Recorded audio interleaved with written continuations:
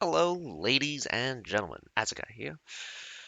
I'm bringing to you another video for Conqueror's Blade, published by Porus Interactive, developed by Booming Tech. Now, there's going to be a lot to go through. I have, again, new season stuff, but there's just a lot of information. And now I will be switching between frontier-related things and It's supposedly global, but there are some nuance or differences. So, just really quickly.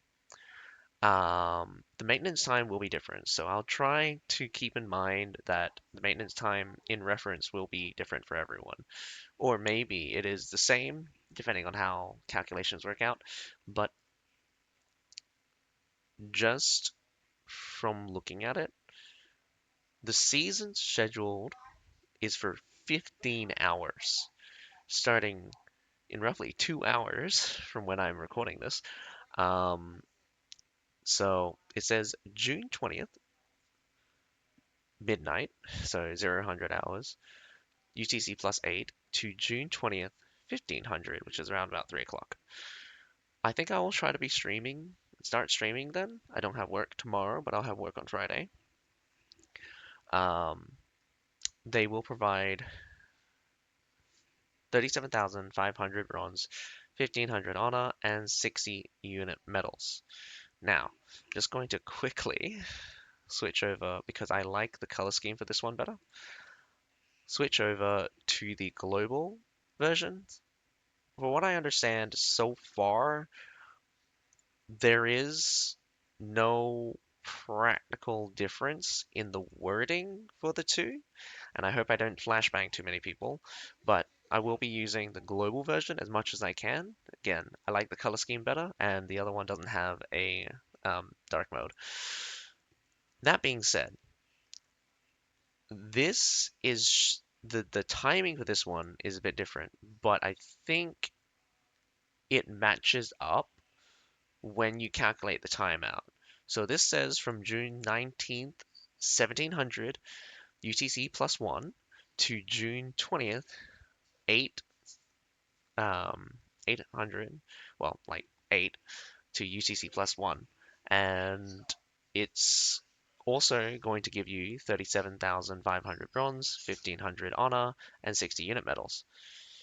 So that's the same. I mean, like, most of this should be the same. The timing is literally the same. It should be. It's another 15 hours. Um, but again, with the time zone thing, the exact time in your time frame is all dependent on like what like time zone thing. But even if you're even if you like just use the UTC plus one as reference to when the servers will go down, because I think all of the servers will go down simultaneously. It doesn't look like they have different time frames. Now that with that out of the way, oh goodness, straight on to the news. So this is just the season maintenance and event notice, but there is a separate update log for Alexander season. So I will also go through that. I actually don't think I have that as a tab, which is really annoying, which means I have to go back and stuff. But um, the first event is the rotation of the antique attire chest. Um, the antique Scorpio attire season attire is now available in the antique attire chest, while antique Paragon's season attire set will be removed.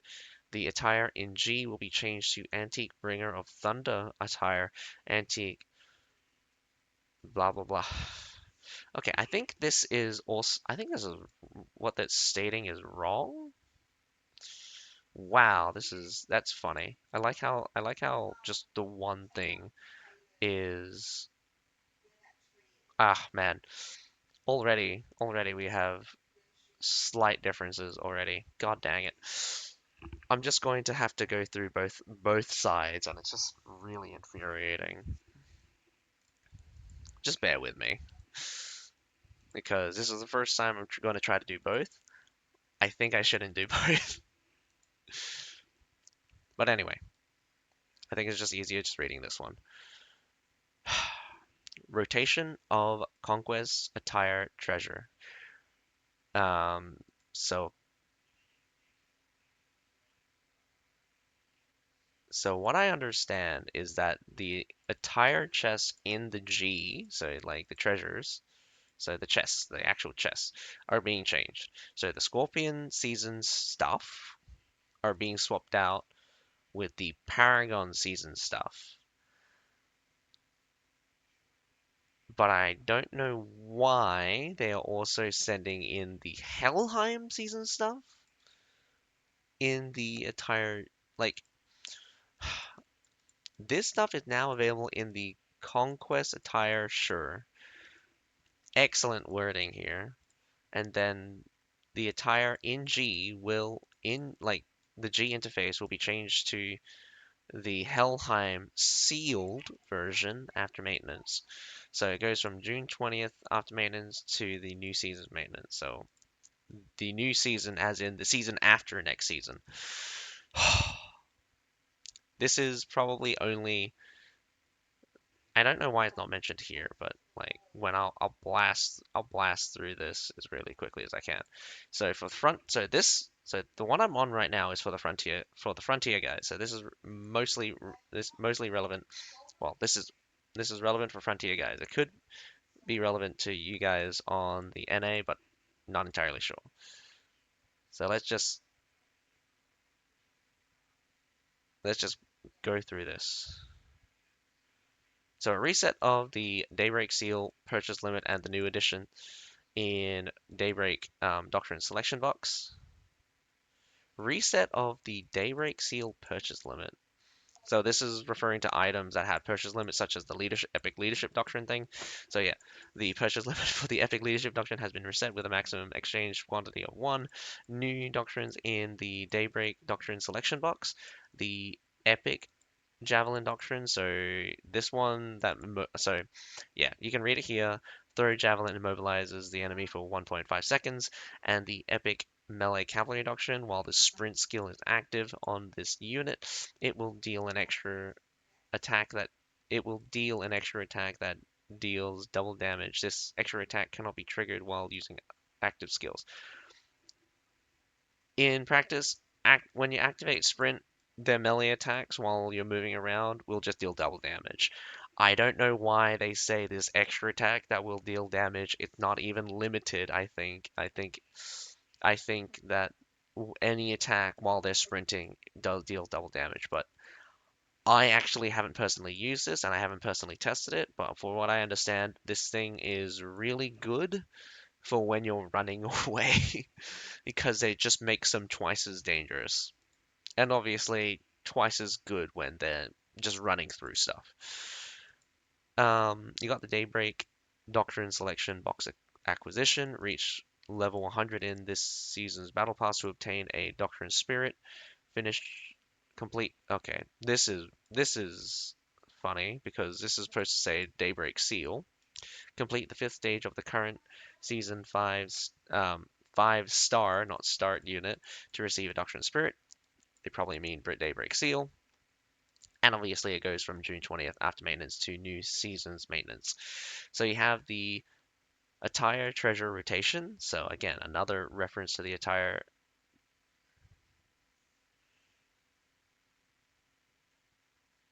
Yeah. This is why I think this one is wrong, but yeah. So we have a second attire rotation thing. So the Divine Ocean attire treasure and the Ink Glory attire treasure are now open. Um, with the limited time return legendary hero weapon attire, the Golden Banded Staff, and the Yang Yang Ink goes from June 20th after maintenance to June 4th before maintenance. So again, you know my hatred for this stupid Golden Band thing. The special effects on it is super harsh. The ink one, it's fine. I think I think I think the Glade one is actually probably the more, how to say, less flashy of the thing, but more artistic. I just wish that some of the effects were a little bit more. I'm not sure how to explain it. Like, I don't want to be more flashy. If it gets any more flashy, I'm gonna have a seizure. Um, Rotation of season challenge packs. So you got the Legacy of Fire, Snowstorm, and North season unit bundles are now available in the store's Progression Warfare pack. Uh, Wrath of Nomads, Gilded Age, and Blood of the Empire season unit bundles have been taken off the shelves June 20th after maintenance to June 4th before maintenance, so 2 weeks. Um, Attire update in the store. So this is the seasonal store. I believe all of these. Oh, no, hang on. In the actual store. So I know the Wyvern's Bite is from Dynasty. That means I think most of these are from Dynasty ones. So apparently the original price is 980 and it discounted to 680, which honestly, I don't think that's even true. Um, since they've never been released at 980 and getting discounted is just whatever. So they cost 680. If you like if you like their looks, you like their looks. If you're willing to pay $10, I think it's like $13 actually. USD, go ahead. The Oh man, that's really annoying because these sets are actually really good. In my opinion, the Hero attire, Dragon Knight attire, and the Dawn Dragon Knight attire look amazing. The fact that they cost basically $50, yeah, that's a hard ask. Though I wouldn't put it past myself to actually go for it, but uh, to each their own. I really do like the look of these two attires. They have such a great look to them that maybe I would spend $50 for it, but we'll see. We'll see. Again, like I've already have them, so I don't have to worry about this, but 2580 sovereigns. I'm not sure how many people will be able to spend for it, though I would just recommend just earning a lot of these attires. You don't need to buy a lot of these attires if you don't want to. But again, sometimes the drip is just too damn good. If the attire looks too damn good, maybe they'll suck me in buying something. I think I did go for which one was it? I think I went for like the owl one or something. I can't remember if I went for the owl one. It goes from June 20th after maintenance, and it's permanent. Oh, interesting. It's just permanently in there. I guess these attires were so popular that they had to throw it in there. And too right, mate. I I hope that like there are more attires that are just good looking, just in the shop. Um, there's simply just some attires that should see the light of day again. Some people don't even wear them. Like the Octopus Samurai one, I don't think anyone even knows it exists anymore. But I know, I know I've seen people walk around with it. Not that I'd ever walk around with it now, since we've got the Azura Stag. We have the Companion Cavalry pre-order pack now available.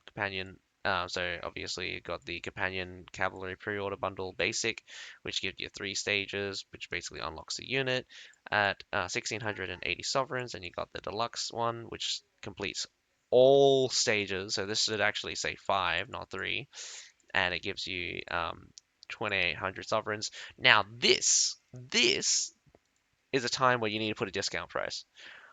This doesn't make sense because they've never been released at this price. This is where you put the discounted price because the original price for something like this, is 3,000. It's 3,000 because you need to, no, it's 24, sorry. It's 24. Um, I believe it's 24. Complete all stages. Yeah, complete all stages. This one should be 24. And I think this one has 5 stages. And they have 8 challenges. They have 10 challenges in total. 8 you need to complete for each stage, and together that's 4,000. So this should have been 32. So the original price for the one above was 24. 100 sovereigns. The original price for the deluxe should have been 4,000 if you were just basically going for the equivalent. The fact that they don't have the discounted prices, like that's a missed opportunity because you're not lying about those. The ones above, you're pretty much lying. But yeah, it only goes from June 20th after maintenance to June 27th. Uh, it I mean, like, it's going to be released on the Monday.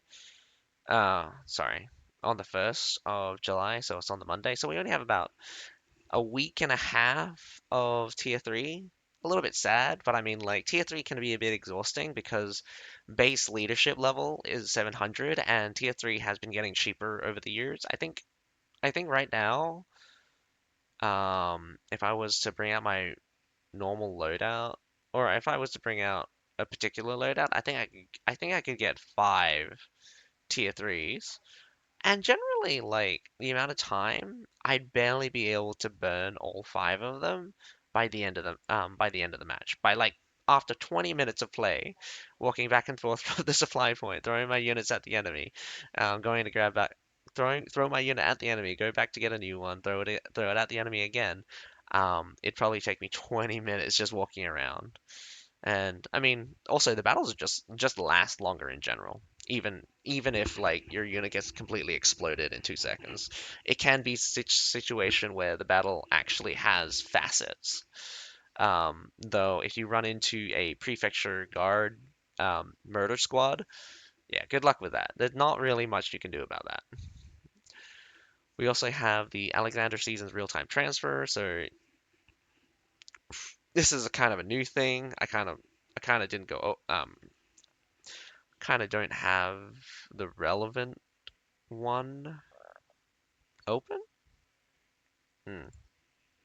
But yeah, character levels must be level 100 for a server transfer. Warlords who do not participate in the season server reservation can conduct real-time transfer within 14 days of logging into their character in the new season.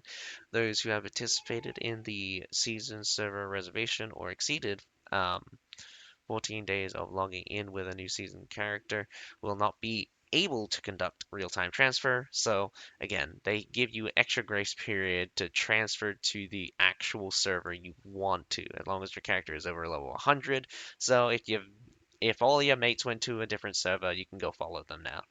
And again, no more like locked in, this might be a mistake, oh my goodness scenario. So yeah, that's the basic. Now, going to quickly brush through. So this is the same. This is different.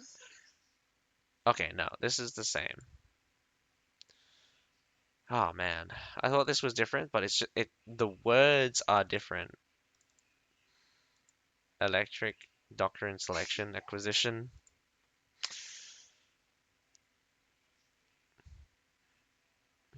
Okay, some words are different here.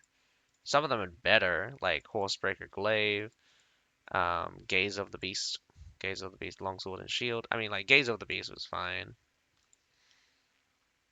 I don't know why they have it like that, but yeah. Again, same mistake. This should be 5 stages instead of 3 stages. And then now we have something new. So for you guys on the NA and the EU, you have events transferred together open. So event transfer together. During the event, press access O in game and enter the server transfer together event page.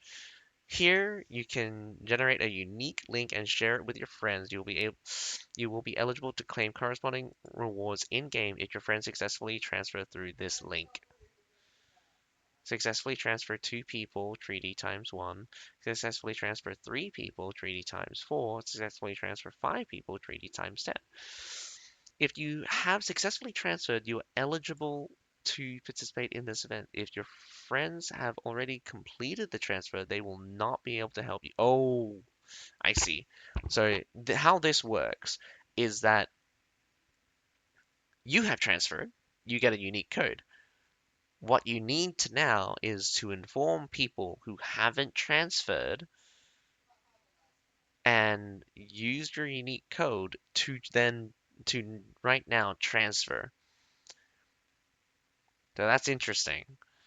It's kind of like a word of mouth thing where they try to get people who already know or who are keeping up to date with the game to people who aren't. So inactive accounts will be very valuable here in this case for this event. So if you think your friends are going to return to Conqueror's Blade, tell them, get them to transfer. Will help them in the long run and definitely save them a headache in the long run. Because the worst thing is starting from fresh when you want to play with your mates who have every unit. So this goes from June 20th to September 19th, which is a very long time away. Um, Honestly, that would probably put it at the start of the next season, the season after next. Sorry, because this season hasn't started yet. But that would make sense that it would end. They'd probably like the data transfer will probably be halted after this date. So you've got until September 19th to transfer your character still. But yeah, after that date, I wouldn't put my hopes on transferring it. All right. So those of you only on the NA or EU servers, and probably again, this will be explained a little bit later, but those of you from Esparta Forest that are heading over to NA will also get the opportunity to get these things, which is really funny because I mean, like, take advantage of it while you can. I'm not going to blame the from the Sparta Forest guys. Those guys have been seriously left in a bad position. A lot of people in South America just can't play the game anymore because of hardware issues, and just generally it's just too expensive to support the game from them. So nevertheless, they have a small community, and I hope that community grows now since NA is going to be officially supported and the larger population is going to be close enough where they probably can matchmake together. I mean, sorry, you guys are going to be in one server together, so that doesn't matter. That being said, so the ease your growth with doctrines is literally warlords can claim doctrines by leveling up to certain levels. So basically, it's probably a claim reach threshold, claim rewards. If you're level 100, you can claim your epic leadership doctrine times one. If you're 300, you get to claim another epic leadership doctrine, and this apparently is going to go from June 20th to permanent. So until they manually remove this, this is not going to go down. I think this will probably stay on until another rework um, for the rewards interface, which will probably not happen within a year. After a year, you could see it going away, but they'd probably announce it. Um, Sign in for temporary doctrines. So during the Alexander season, complete 15 days of accumulated logins to receive temporary Epic Leadership Doctrine. Epic Leadership Doctrines will be effective throughout the Alexander season, June 20th after maintenance, September 19th for maintenance. So these leadership doctrines apparently are free to remove. Not sure on that, but I think when they expire after the season, they said that they would be free to remove. I'm not sure if they're going to be free to remove in season, but if they're not, that'd be kind of sad because that would cost a lot of Doctrine Water. Even if they give you five, that still costs a lot of Doctrine Water if you like swapping and changing. So people who have a particular setup and want to get that peak performance out of your warband, the five leader doctrines are more than enough. So level up and get treaties for free. So during the Alexander season, leveling up your heroes will allow you to receive a total of 100 treaties. treatises. Heroes that increase by 10 levels will receive 20 treatises. Heroes that increase by 50 levels will receive 30 treatises. Heroes that increase by 50 levels will receive an additional 30 treatises. We're short by 20. What happened? An increase by 50 levels. Heroes that increase. Ah, man. They skipped a level here somewhere or something. They skipped a level and they repeated 50 twice.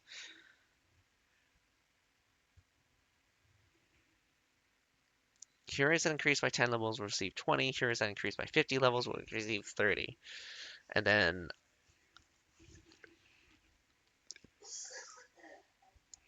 yeah, we'll probably have to see what this is, but just leveling up your hero, you get treatises. You get 100 of them. Pretty good, pretty good. So that is that. Now, hopefully, these two are not different, or you don't even have it on the global version. So let's just continue on back to the Frontier version.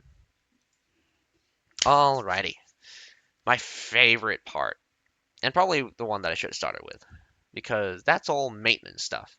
This will also be included in the maintenance, but this is actual changes that is happening, and it's going to be long, supposedly. It looks like it's going to be long. Update log. The Alexander update log. So it's going to be for the 20th of June 2024. So we have the Siloi, Siloi, Siloi. Ah man, I keep trying to say Siloi, but it's Siloi, Siloi slingers.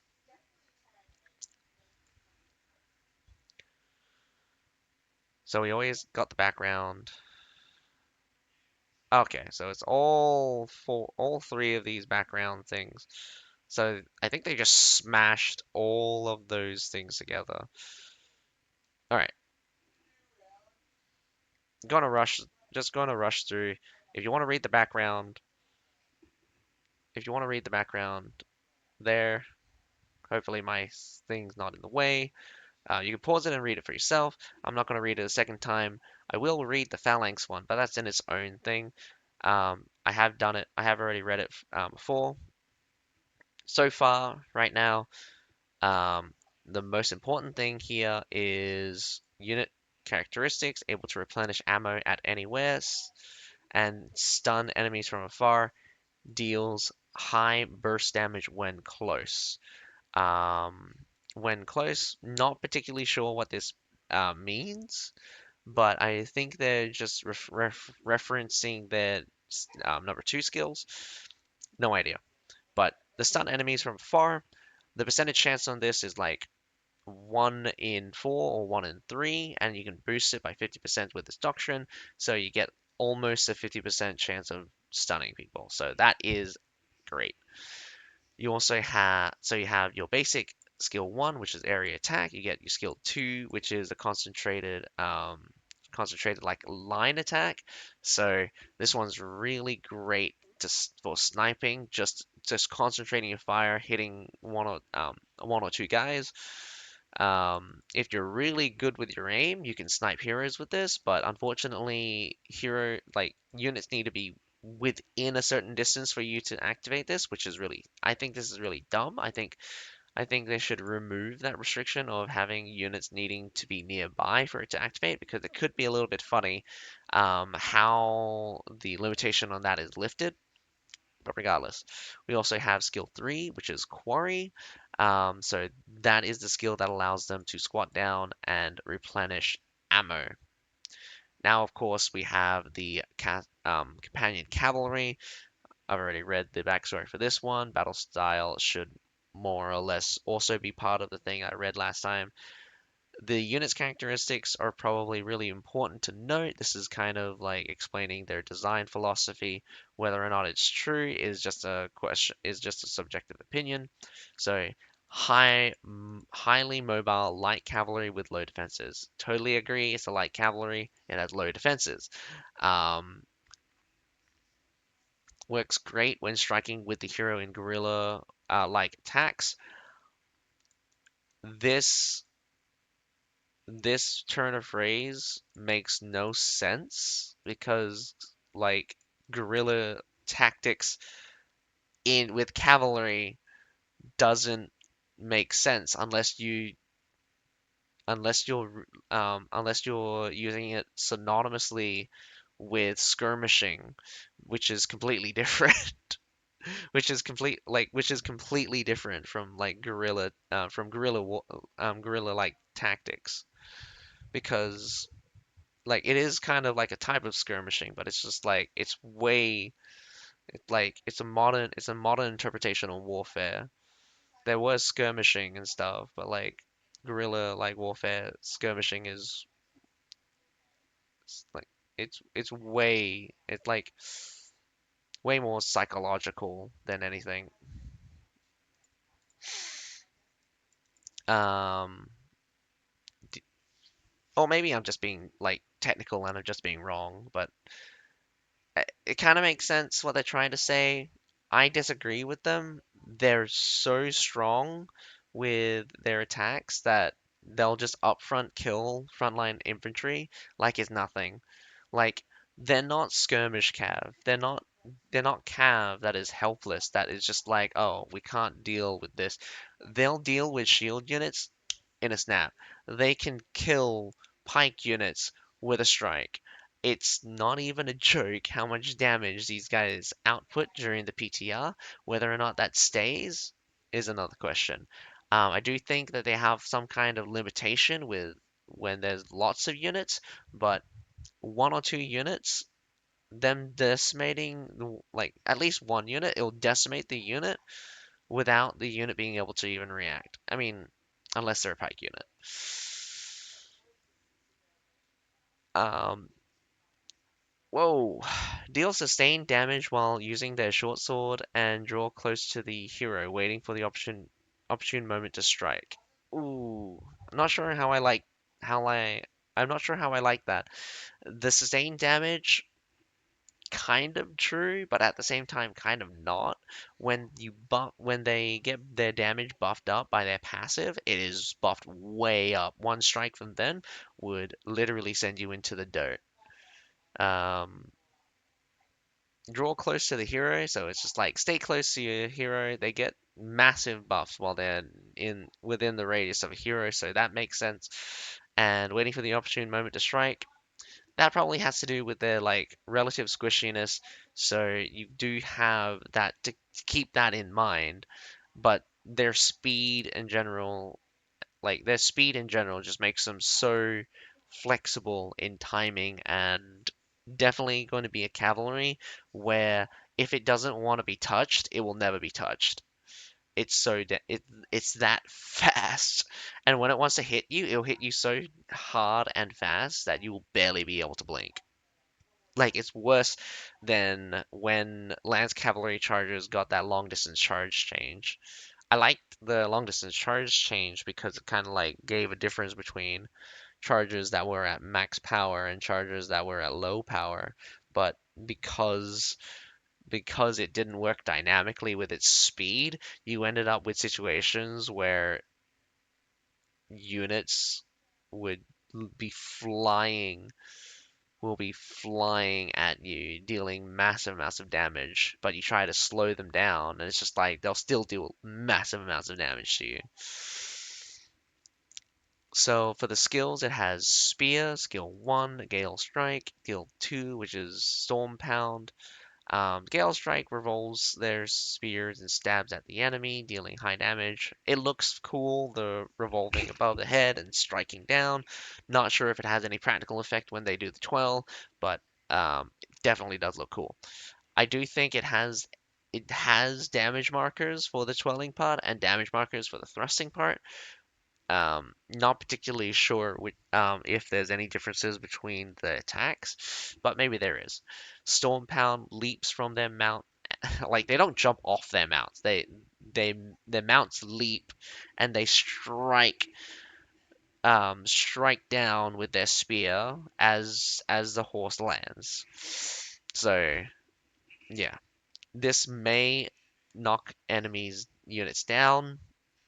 We've seen it accidentally knock down Medal's, which was apparently a bug. They fixed it. Hopefully we don't see that bullshit and we watch them literally half health a Medal because when Medals have been killed or been able to be killed by cavalry, it's just been a really, really terrible shit show. And of course, you have the Zephyr Blade, similar to Gale Strike. I mean, Gale Strike is basically similar to the Zweihan, not the Zweihander, the Kriegs Brothers Charge. So Zephyr Blade is basically like the Charge, but it's untargeted. And again, they move very fast when you activate it. Ooh, I'm a bit tired. So we have the Sunwoods Phalanx 5-star. I will read this later, so please bear with me. Uh, or actually, no, I'll read it now since it's here anyway. So the Sunwoods Phalanx backstory. The father of the Conqueror, the former ruler of Macedonia, created a new legionary tactic known as the Macedonian Phalanx. Warriors clad in heavy armor, wielding long spears, formed an unstoppable phalanx and advanced. The Conqueror further elevated this legionary tactic to its pinnacle. He commissioned the creation of spears longer than people of that time could imagine. When warriors equipped with these long spears formed their lines and pointed their spearheads towards the enemy, the very nature of war was fundamentally altered. War ceased to be a game of individual valor and became a unified front of thousands.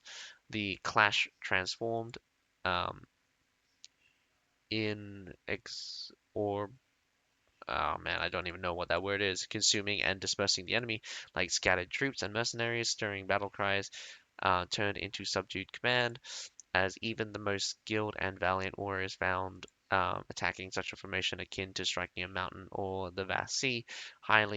This highly effective strategy aided the conqueror in vanquishing all his foes on the battlefield.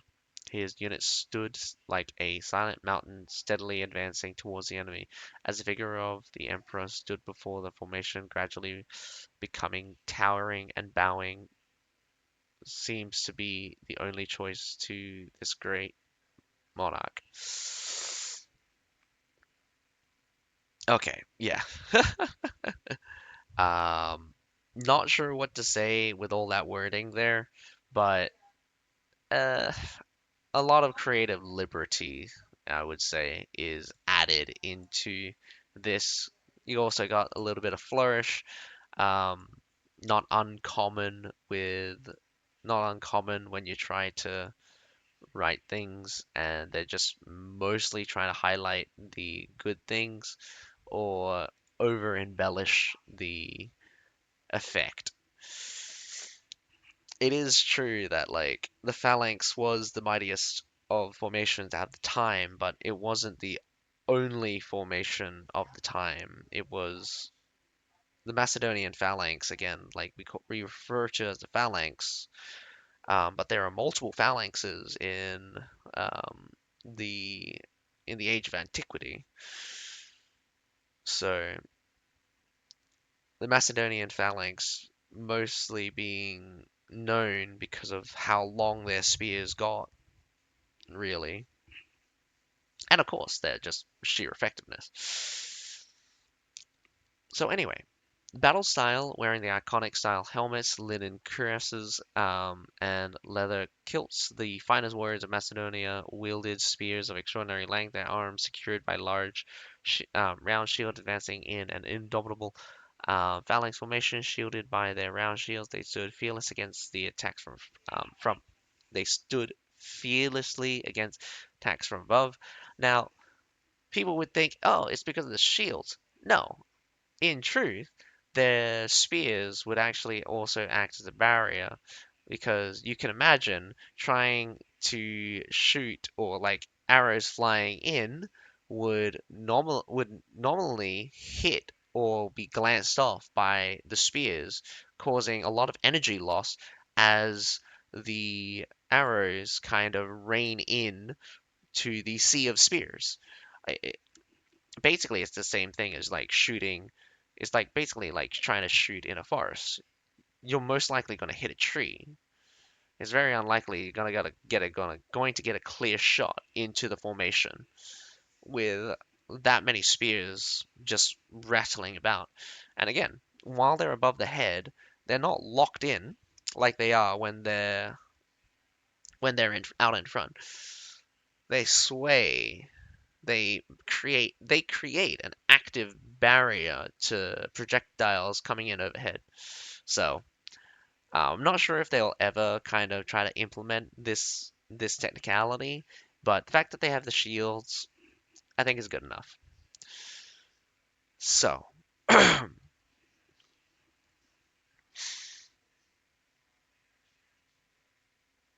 I didn't even finish reading the thing. Following the king's command, moving steadily back and forth with their long spears, continuously compressing the enemy lines through skillful manipulation of the distance from the enemy, Macedonia could evade harm while seizing the opportune moment and launch a lethal strike on the ever-changing battlefield. Yeah, I mean, a lot of battles is decided on who wins the cavalry charge. Um, that's more of a medieval thing. You would get this kind of with Alexander, where the cavalry on the flank would face off, but Alexander would just um, Alexander is known to just bait out the enemy cavalry and go straight for the line. I mean, like that's probably only one of the major battles or something. Kind of did a I don't know, I don't remember which battle, but like he did some kind of sneaky thing where it's just like he sent his cavalry back and attacked the line and left the skirmishers to deal with the cavalry as the as the enemy cavalry was too late to notice, and as they turn around they just get pelted by the skirmishers on the side. And yeah, this is a real thing. Cavalry is not as strong as you would think it is. Like, they're big targets. Really easy for skirmishers to run alongside. I mean, like, this is also really funny as well, because just like people would be running alongside Alexander's companion cavalry, and they would harass enemy cavalry. So you get that weird dynamic where it's just not accurately portrayed in game. So, um, unit's characteristics through skillful manipulation of distance. The enemy from the enemy's sunwards, Valiant can evade harm while seizing the opportune moment and launch a lethal strike on the ever-changing battlefield. Again, like, this is kind of a misinterpretation. The Sunward's Phalanx is a holding unit. It's not about them seizing the moment. Like, you can seize the moment, but it's just like they are situated in a way. They're supposed to be situated in a way where they will hold back the enemy, allowing others to strike at the enemy, seizing their flanks or their rears, that kind of thing. But if you can defeat the enemy straight on, the phalanx is probably one of the best formations where the front is basically a sea of spears, and you also still have that shield for protection, making the Macedonian phalanx probably one of the most fearsome formations in history. But yeah, different times, probably technology has changed. Spears were probably less. I mean, like, you can imagine, like, you can have you can have like 100 foot long spear, but if a guy just shrugs it off and just walks at you, nothing much you can do besides running. So we have skill one, Imperial Spears, where the Sunward's phalanx prop their spears up and begins to brace. You have Fierce Advance. The sunward phalanx advances with their spears held high. You may choose the direction in which they advance, whether or not it's forward or backwards, but you can't pivot it left or right, which is annoying, but kind of cool. You need to get that formation lined up perfectly. But this is where I this is where I think practical applications and like realism kind of breaks. You could essentially have the formation tilt slightly towards the enemy, away from the enemy, but that's a bit too complex to kind of like get it to where moving in formation was a little bit more dynamic. Being able to move backwards or forwards in brace, amazing. Absolutely what we needed, what we've been asking for. So many units, especially old units, that needs to have it bring formations back. Imperial Spear Guards need this. Get their heavy shield push to do the exact same thing. Have them move forward in advance and have them stop braced. Get that in for more units. I do believe that this is a really cool skill, but I think more units in the game needs something like this. Maybe not as powerful as this, or maybe have something unique, but this skill is much is just shows so much potential if it was more accessible for more units. The fact that it's on this unit alone is amazing for the fact that it exists, but I think it should be I think it should be shared. I think there should be a rework for how advanced style skills are available, or more, well, make this style of advanced style more available to other units. But that's just me. We have skill two. I mean, like it has skill one, but it's hard to explain how this works. But when you press Imperial Spears, they will brace, and that skill then gets replaced with two skills. So it gets replaced with Fierce Advance and Ares Flurry. So what's important about this is that Ares Flurry can only be used while you're braced. And that is very important because you have to that's very important because it actually takes a few seconds to brace and then Ares Flurry. Like, if you got bad input lag, you'll have 1 second for brace, 1 second for Ares Flurry. You can't just slap Ares Fury and they just go stab, stab, stab. You gotta wait for that second as they brace up, and and again, like in the current environment, that could mean the difference between killing the enemy or dying to the enemy.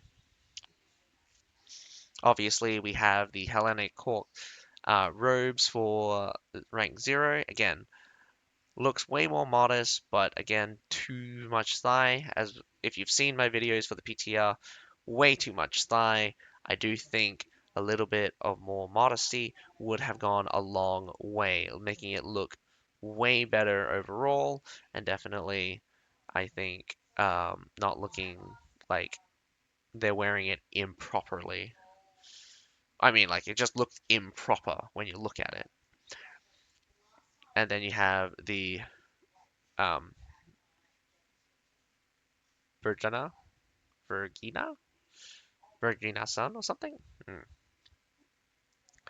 I think um, I think mostly similar. I do think it's kind of weird how the female doesn't get the feathers on the ear, but apparently the people don't like the feathers on the ear.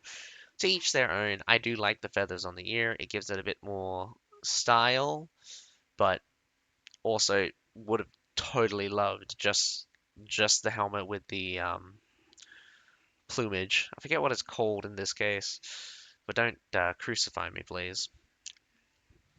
So we have the seasonal store now. So away from the attire treasure stores in the G interface, we have the attires from the Sengoku season. They will be returning. Well, not really. These are all sealed versions, so they have bit color scheme normally a little bit duller, but Um, in this case, I think it's gold and white. Gold and white is pretty. It's pretty. Like the light color is very pretty. Unfortunately, we didn't get to see the stag armor because the interface was covering it. But yeah, so right now these are 20% off for the badges of heroism, 2,000 for the Shadow Muraji, and 4,000 for the Snowstag Samurai, and then 2,000 for the Yoriki unit's tire. All of them look pretty good. I do think the Stag Samurai armor, I might pick it up just because I like it.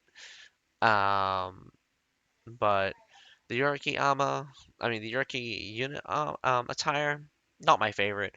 And of course the Shadow Muraji one just has a little bit of clashing themes. I do think it's a little bit too much pop culture and definitely doesn't have a concise theme with the look. Though, I mean, I definitely do like the top for the female version.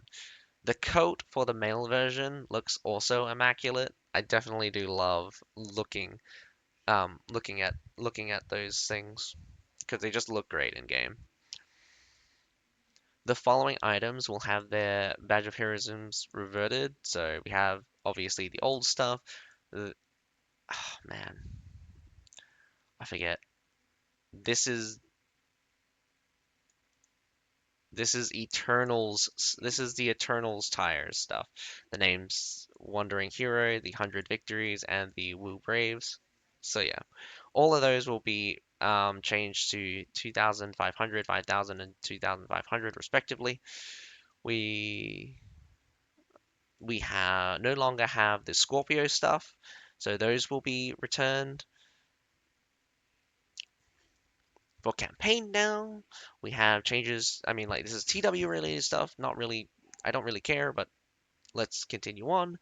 So changes to Hegemon slash Monarch title rewards. Added a brand new Territory War title as an end of season reward, which will only be awarded to Hegemon slash Monarch who claims Conqueror City starting from the Alexander season. Those acquiring the Hegemon slash Monarch titles will no longer receive an Imperial Dawn attire chest. Huh? I'm so confused.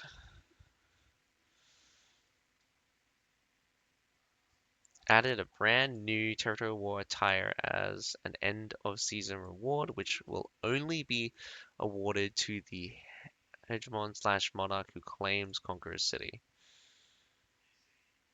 You will, and then it says Hegemon slash Monarch titles will no longer receive an Imperial Dawn attire chest. Again, this is not clear to me. I'm not sure what this change actually entails.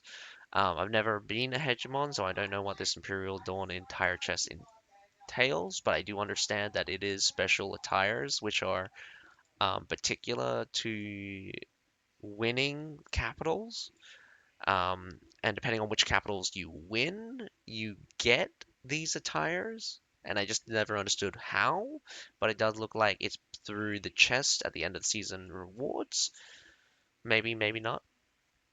Um, World map availability and fief distribution improvements. The regions available in the Alexander season have been thematically chosen, and they are Anecdola, Ungversia, and the Borderlands. I hate this name, by the way. I hate this name because it should be referred to as Bartholia. That's what it's referred that's what Frontiers call it. But here we're using Agdola and we're calling Constantinopolis Reginopolis, which again is kind of rude towards those that are on the frontier side that's always have known those things. So this looks like it's going to. So people who are not in the know, for those of you who are frontiers, you would think, oh, I've never seen this name before. Oh, what is Reginopolis? Oh my God, this is so cool. We're getting new maps and stuff. No, we're not. It's just Bartholia and it's Constantinopolis. It's not Constantinople, it's Constantinopolis, which is really weird because no such thing because it's never been referred to as Constantinopolis, or the word Constantinopolis has never been used like that before. But yeah.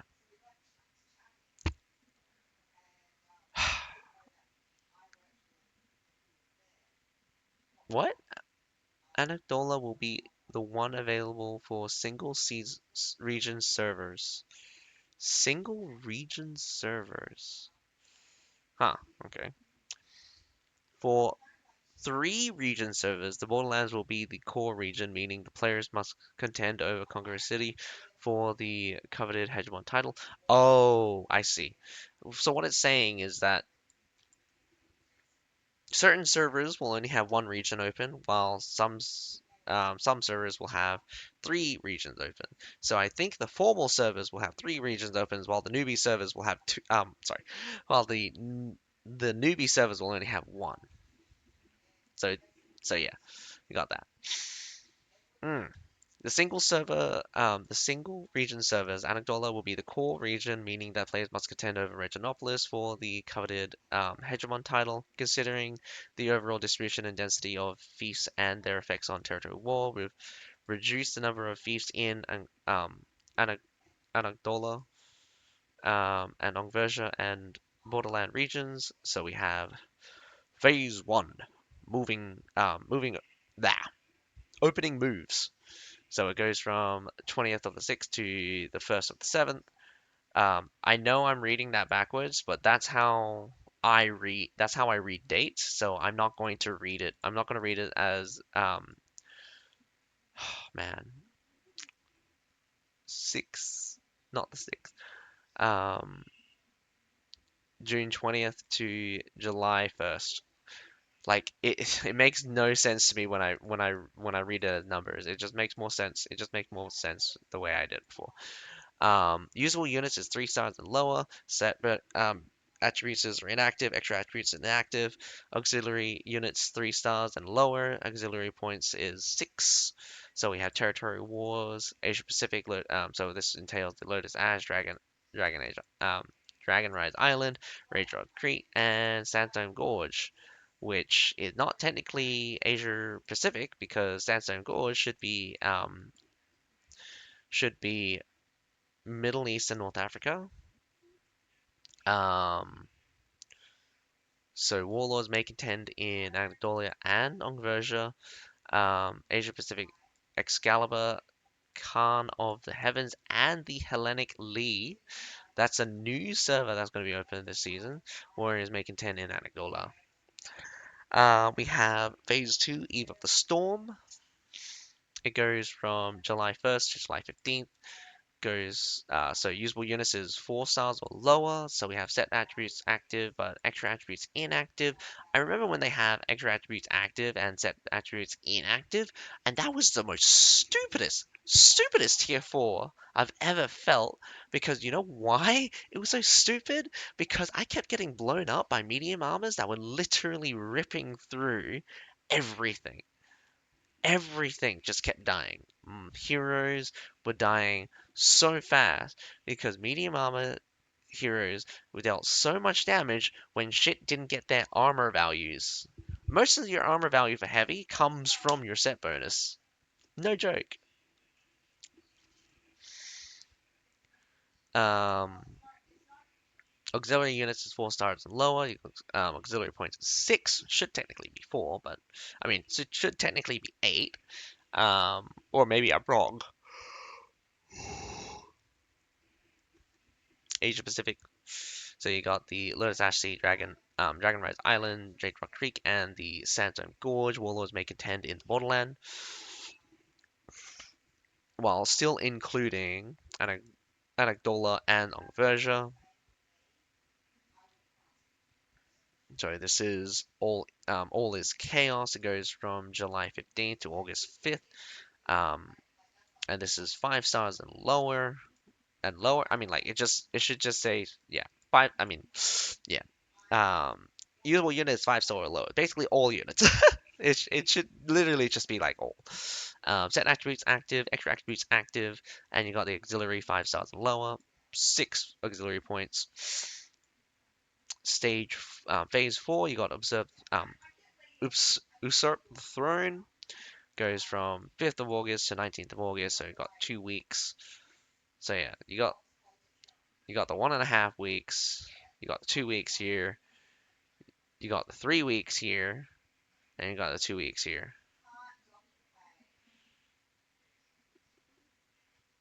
Okay, and then you have Imperial Dawn. Oh, there we go. Without Imperial Dawn, that would just that would have looked weird. Without Imperial Dawn, that would have looked weird. Um, but yeah, it's got the all of the same thing.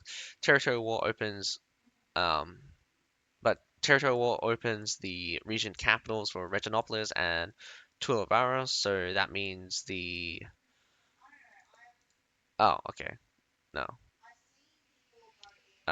Anakdola is not open for. Oh no, hang on. Reginopolis and Tulivaros. So oh no, wait, there we go. All three. I don't know what I'm reading. All of the capitals will be open, so Reginopolis, Tulivaros, and the Conqueror City. So all three regions' capitals will be open to attack. I think Conqueror City will be the main one, and then you have Reginopolis only being open for the one region territory wars, which is the Excalibur, Khan of Heaven, and the Hellenic Lee. I think Hellenic Sea is better than Lee. I don't know why. I don't know why they did that. Um, Again, we have the season challenges being opened up. Complete 6 out of the 8 for each challenge. This unlocks after the update on June 20th, but I think officially it's like at 12 in the it's like 12 in the afternoon or like midday for those on the Frontier side. So yeah, it'll probably unlock similar time um, if you were to adjust for time zone, but you can just imagine minus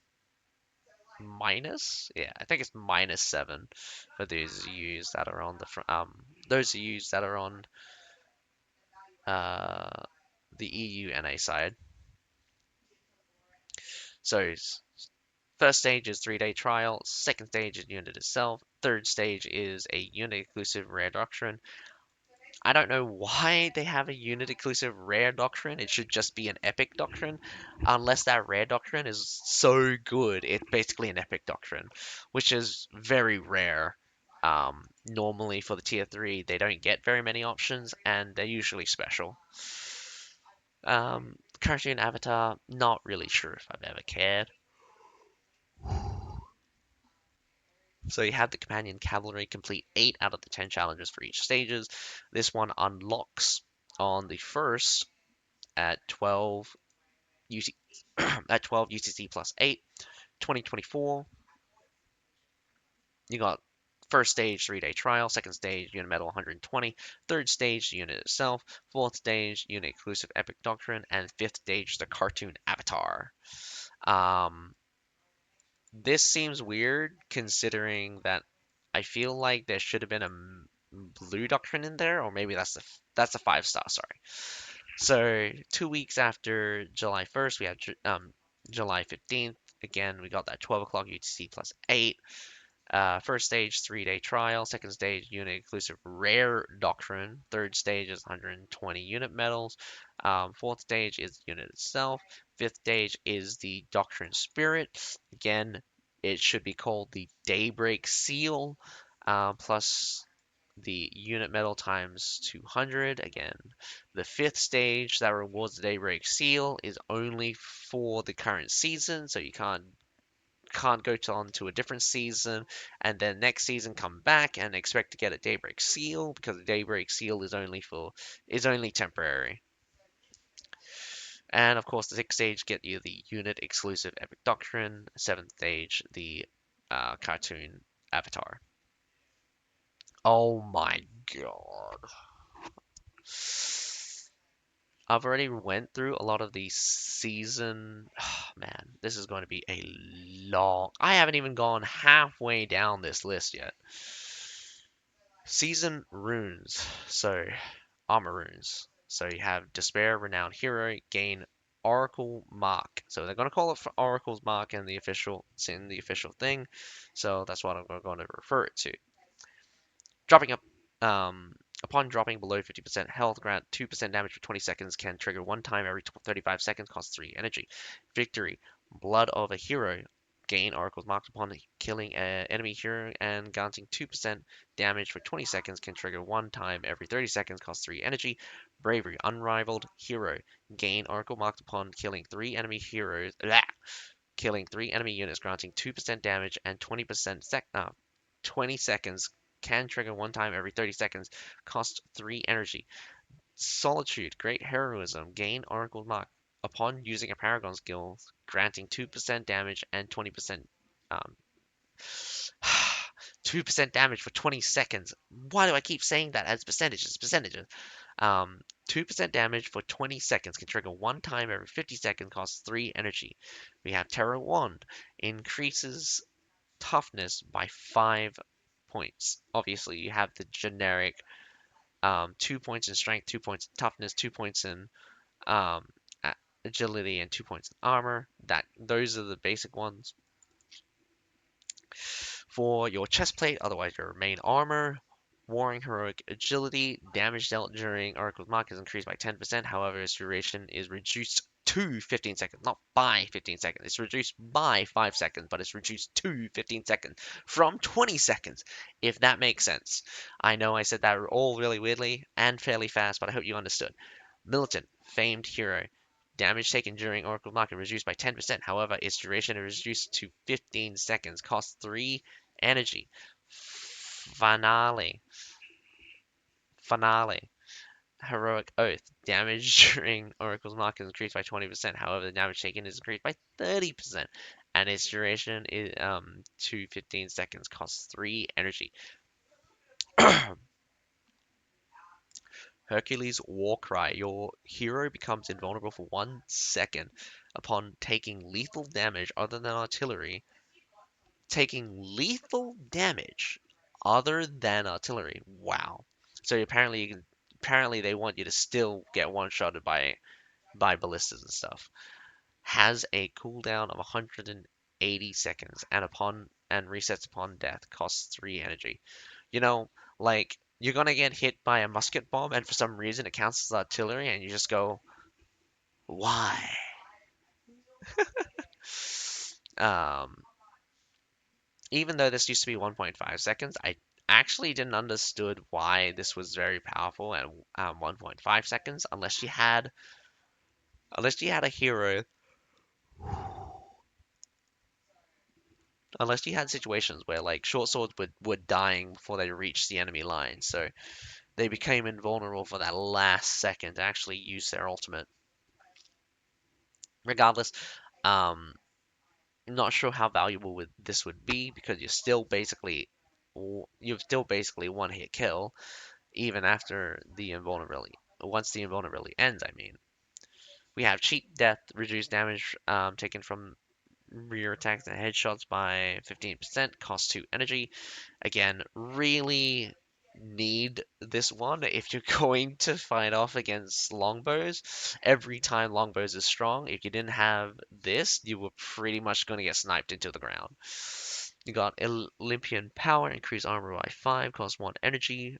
Bracers, you have Champion Heroes of Heroes, critical value is increased by 200 during Oracle's Mark, cost 3 energy.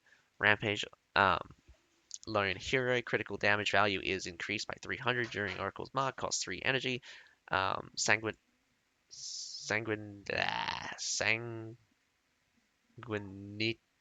Sanguinity, Hero's Journey. I don't even think I'm saying that right. Um, Band Bandage grants immunity to poison and bleed for 10 seconds, costs 2 energy. Thunder's Heroic Fury. Normal attacks during Heroic Mark weakens enemy, reducing their defense by 20%, cost 3 energy. Um, I don't like how it's normal attacks. I wish it included all damage, but maybe that would have been too OP for some heroes. The only heroes I see that will normal attack regularly is Nodachi. That's the only one that I think will use it. Then you have Call of Ares increase strength by 5. You have Sacrifice Path of No Return. Oracle's Mark grant an extra 8% damage but reduces defense by 30%. What? 8% here, 20% here for 30. Wow. Okay. But this is damage taken and this is defense. So, yeah. They're packing in a lot of damage. Certain classes are going to go absolute ape shit. You have Wanderlust Heroic Journey. Movement speed is increased by 20 during Heroic Mark, cost 3. Immortal Heroic Shield. Defense is increased by 30 during her during Oracle's Mark. You got Chinon's Cure. Bandage can be used while moving, but the cooldown is increased by 10 seconds. Cost 2 energy. Olympian Agility increases agility by 5 points. Cost 1 energy. Oh man, I'll be right back. I'm gonna grab a cup of water. I know this is taking a long time, and I wish I was faster, but just bear with me. I'm going to take a little bit of a break.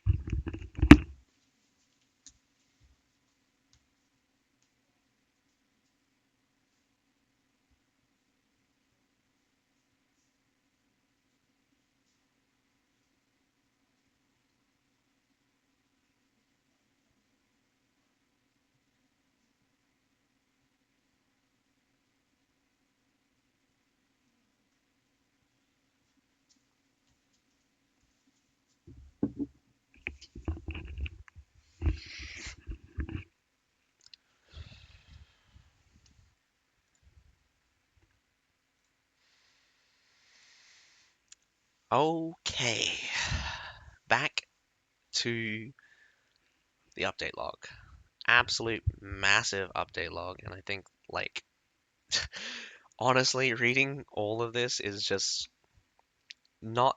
This will probably be the third time that I kind of like address all of this, and it's just oh boy. You have Minotaur's Axe. So the sideways sweep can now be used for a fourth time. Again, this is something we've seen before. Nemesis Wheel, damage dealt is increased by 14% while below 30%. This is a little bit different. I think we've had some version of this, not particularly this version. You have Hercules' Final Battle, damage taken is reduced by 10% while your Paragon's skill is active, costs 2 energy. So that is all of the Poleaxe ones. For Glaive, you have Demigod's Authority. Halo Blade and Flying Reaper grants immunity all crowd control except for choke. Halo Blade definitely needs it. Flying Reaper definitely not. I know people don't like their Flying Reapers getting interrupted, but truth be told, a lot of skills get interrupted. I don't like how Pike's ultimate comes out super fast and is much longer range, basically guaranteeing a much better area of effect. Flying Reaper, you basically got to be like within, let's say, 3 meters. Again, distance in game is not a I'm not exact because I don't know what a meter is in game, but just bear with me and believe that like roughly units within 3 to 4 meters of you gets hit by Flying Reaper, depending on which direction you're looking.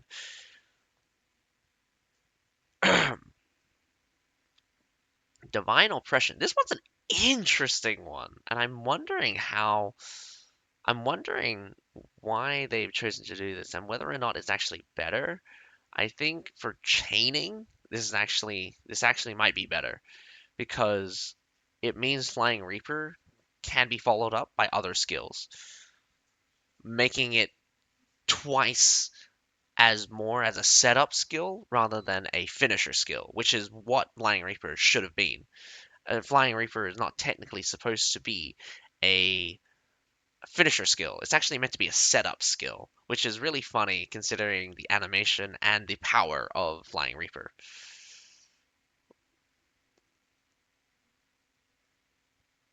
Did I explain what it was? So, Divine Oppression. Flying Reaper no longer knocks heroes away, so it replaces the throw. So, I know it says knocks hero away. Terminology here is a little bit imprecise, and I blame the whoever wrote these because they obviously don't know what they're talking about sometimes. But it replaces the throw and instead stuns them for 4 seconds. It's a really long stun. 4 seconds is a long time. There's very few classes that can actually recover from it, though. Cost 3 energy. We have Titanic Physique. Turn an attack grants immunity to all crowd control effects except for choke. This makes no sense, mostly because um, mostly because you are on a horse and that attack is basically unstoppable anyway. You get stunned. Like the only time I think you would actually stop that attack is when you get concussed. Everything else besides a dismount will not stop turn and attack. I'm pretty sure. Not entirely sure. I'm pretty sure. We have we have cost 2 energy. Do you do you really have to do that?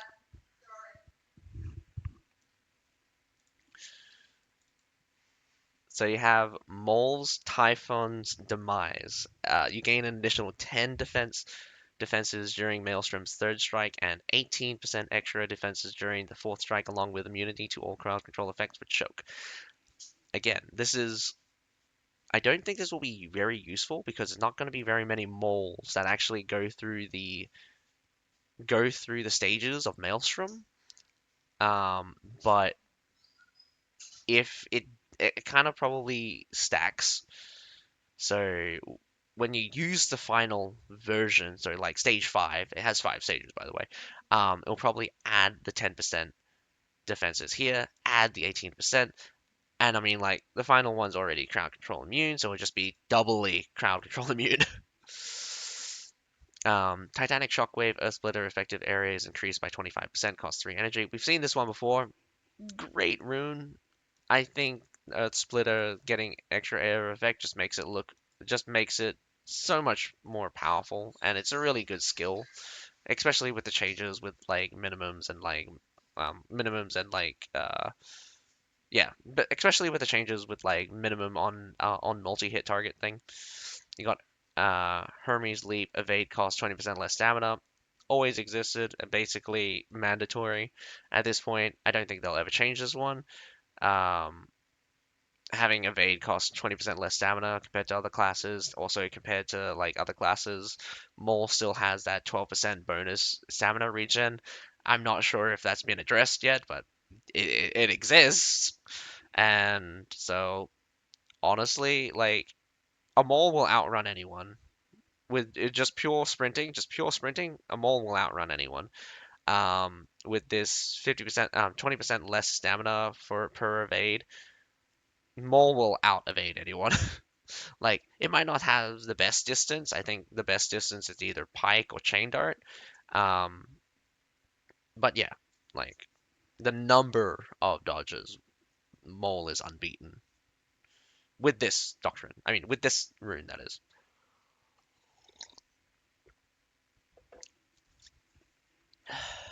Longsword and shield.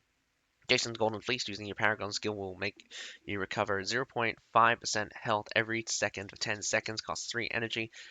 Terrible skill. Don't like this is really bad. Just get completely shafted in its entirety. Hippocratic Oath. Heaven and Mercy increases the defense of nearby allies by 10% for 5 seconds. Again, this is really bad because this scales off of the defense of your allies and doesn't protect them universally. So this skill scales better with units that have very high health, and you're directly countered by units that have very high penetration. So it's just a lose-lose situation. You much rather just have that flat 8% instead of having a 10% defense increase because honestly, unless you're over the I think in order for it to be equal, you need to be over Oh man, I'm doing some quick calculations and it's just really hard to get that 2% difference out. Anyway, just just just think about it in a way where it's just like you would basically need like to increase the defenses by 10%, where you're reducing 8% more damage, or you're reducing 8% damage, instead of just straight up reducing the damage by 8%. So, um, weird calculations, figure it out. It's going to be really weird, really weird.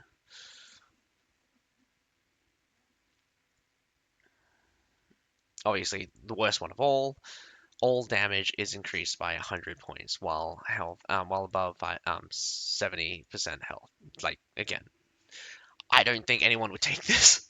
I would just literally take the raw stats over 100 extra health above 70%.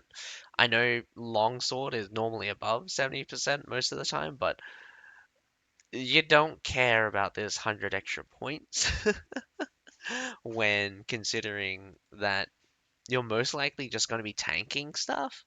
So that there are like you're not a damage class. Your scaling is also really shit. The best scaling you've got is on Sally Forth and with Valor, but unlikely to hit the whole combo. And your scaling on your other alternative skills are just really shit. So yeah, really bad. Um, Sword and Shield, you got Spartan Revolt, Centurion, Battle Drill, and Thunderstruck grants crowd control immunity effect, except for Choke. Again, there's going to be so much damage coming out. They just want people to get their ultimates out. And I think that's been a kind of like a running theme where heroes are not actually able to use their ultimate because they're getting interrupted too much or they're dying too fast. So, yeah. You got Hercules' Greatness. Ironside increases defense by another 20%, costs 3 energy. Ironside is still one of the most OP hero abilities in the game because, as a percentage point, 100 and 125% of your defenses for a heavy in particular, that's some retarded ass high amount. You're you're doubling your defenses, and for heavies, you can easily out armor people's penetration. You're forcing people to deal minimum damage. So the things that will kill you are things that don't care. Percentage health, percentage health ones not gonna care and can rip you to shred. Things that have super high penetration anyway, but even this is getting ridiculous because like tertials probably have some of the highest armor penetration in the game, and you would reduce their damage by 50%, which is hilarious considering that they have lower piercing damage because they have such high penetration. I mean, like that was kind of like how their original design was, but maybe they've changed that so it's a little bit better than nothing. Or I mean, like a lot better than nothing. I think it's probably better than Krieg's right now, or equal to, roughly, about the 2700 mark, or maybe the 2500. Discus thrower. Oh man, love the Captain America. I mean, this one's really fun just because of the spamminess, but also because of the distance. So you got the throw shield's slow effect is reduced to 20%. Cooldown is reduced to 3 seconds? I might be reading that wrong. Cooldown is reduced to 3 seconds. Range is increased by 20%. I think the last time it was range was increased by some ridiculous 50%. Maybe it's not as ridiculous for 20%, but still, a range increase for shield throw. Do remember that shield throw deals damage on the way out and the way back. So you get hit twice with the damn thing. So you have the spear, fearless thrust. Each stack increases luge march armor penetration by an extra 1%. Now this is way better than replacing the luge march effect completely by 3% armor penetration per stack. Now why this is scary is because luge march penetration 20% now becomes 30%. So they're gonna shred through armor fairly easily. And grand scheme of things, not really that important. I think the output would be probably less than or slightly higher than 4 or 5-ish%, depending on what they're hitting, of course. But unless they're hitting something really tough, like something with really high armor, I would say anything over anything over 1,000 armor, they'd probably be able to get back. Oh no, hang on. Oh wow, no, actually that's way higher than 10% is actually 10%. So okay, um, I take that back. This is actually so how this works out is that so how this works out is actually a straight up 10% damage increase. Wow, that's actually way strong. That's actually way stronger than what I thought it was. I was downgrading it because of like weird calculation thing, but no, they're actually increasing. They're actually increasing the damage by 10%. When they have this armor penetrate, when they have this armor penetration fully maxed out. Or I mean, like even in the same scenario, whatever how many stacks, like you're going to get that slightly higher threshold. So yeah, that's actually much better now that I think about it. It might actually trade off. Might actually trade off. Might actually trade off the stamina consumption if you're good with stamina control. But still, your mounted right click is probably one of your most powerful tool as a spear, and probably again the main reason why spear is so goddamn broken. And they've nerfed it twice, by the way. I think they nerfed it twice, mostly to do with the stamina and once to do with the damage.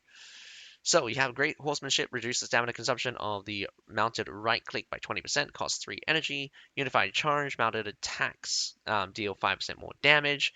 Again, 5% more damage on your mounted attacks. Goddamn broken. It's going to kill everyone. Um, but not the greatest of of runes for spear, but still very relevant. Still very relevant. Pike, Achillean warfare. Each stack increases gentle step damage by an extra 3%. Like this is busted. I mean, it costs 3 energy, but this is busted. This is busted. Like logistically, this actually comes out to be less than this ends up being less than 6% or something in total. Even though it's like a 9% increase to the buff itself, it's like some weird 6-7% increase in damage in similar situations.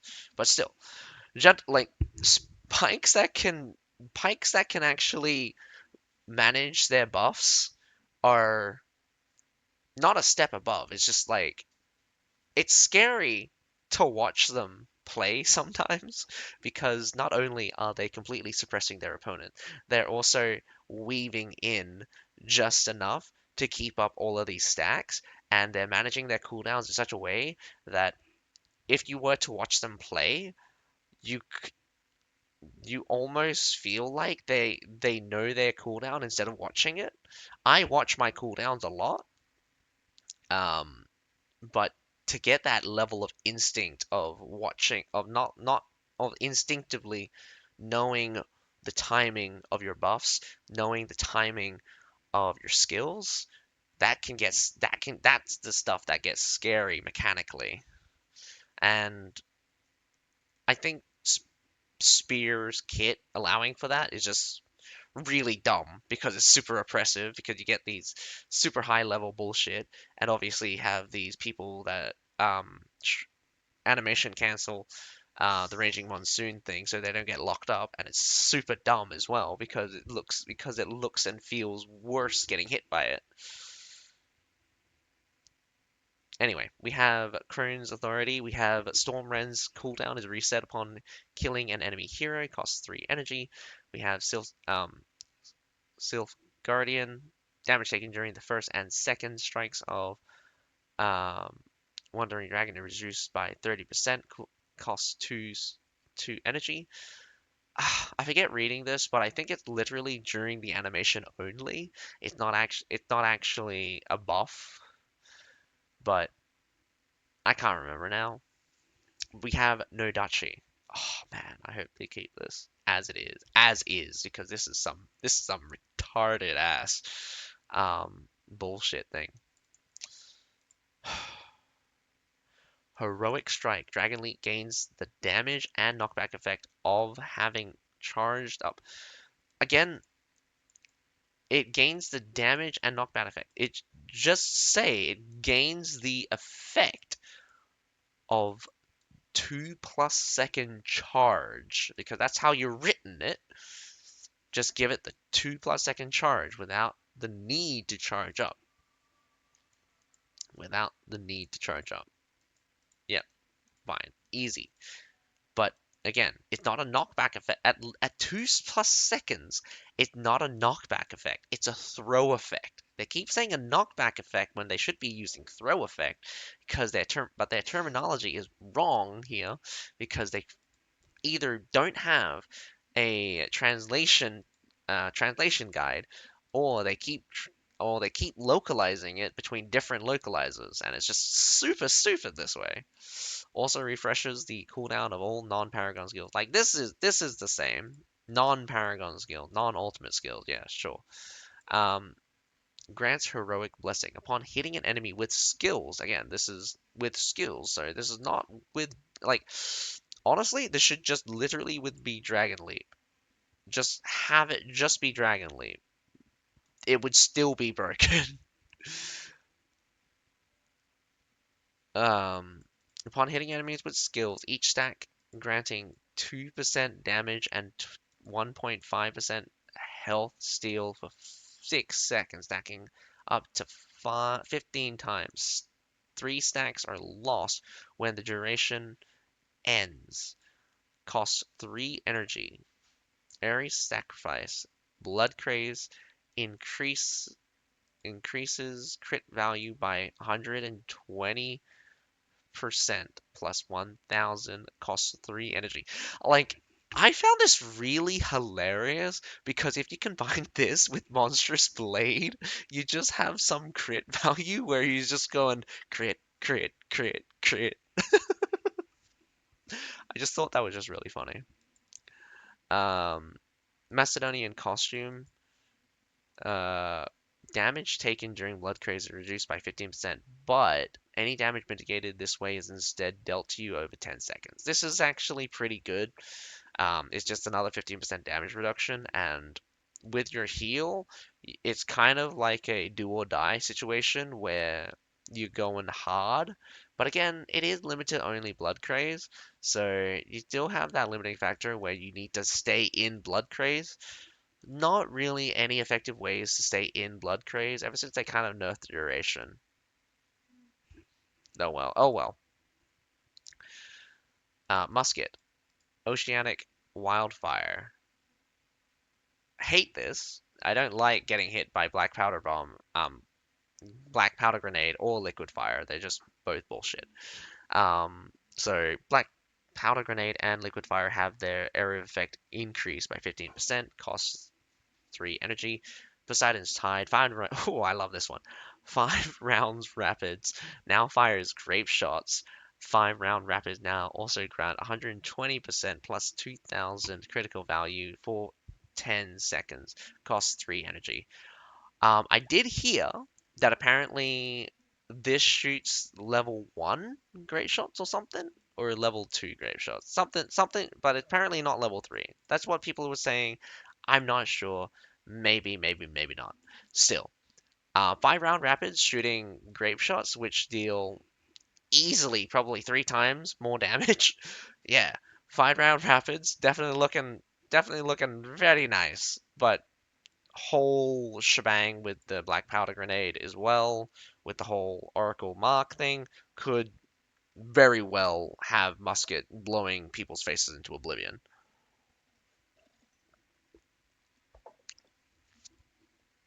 Um, I think this one's really stupid, but could work depending on how you combo. Because you throw your bomb, you shoot, you reload, you shoot again, you shoot, scatter shot. Depends. Um, bow. This again referring to longbow. I don't know why they just call it bow. Apollo's marksman lightning bolt now renders enemy heroes concussed for 2 seconds. Again, I don't know why they only specify heroes. It should just concuss everyone. Just let it. It can hit 5 to 12 people. Just let it concuss everyone for 2 seconds. It's a straight line. Hydra's Fang, when normal attacks hit the enemy, a stack of laceration will be added. When 3 stacks of lacerations are accumulated, the enemy will take damage equal to 3% of the current health plus 300 points every second. Again, they don't specify how long, so this is really annoying. And this is every second, but it's just like for how long? Really great to annoy the shit out of people who have stuff like medals or stuff like well just stuff with high armor. Iron Reapers will definitely get screwed over by this.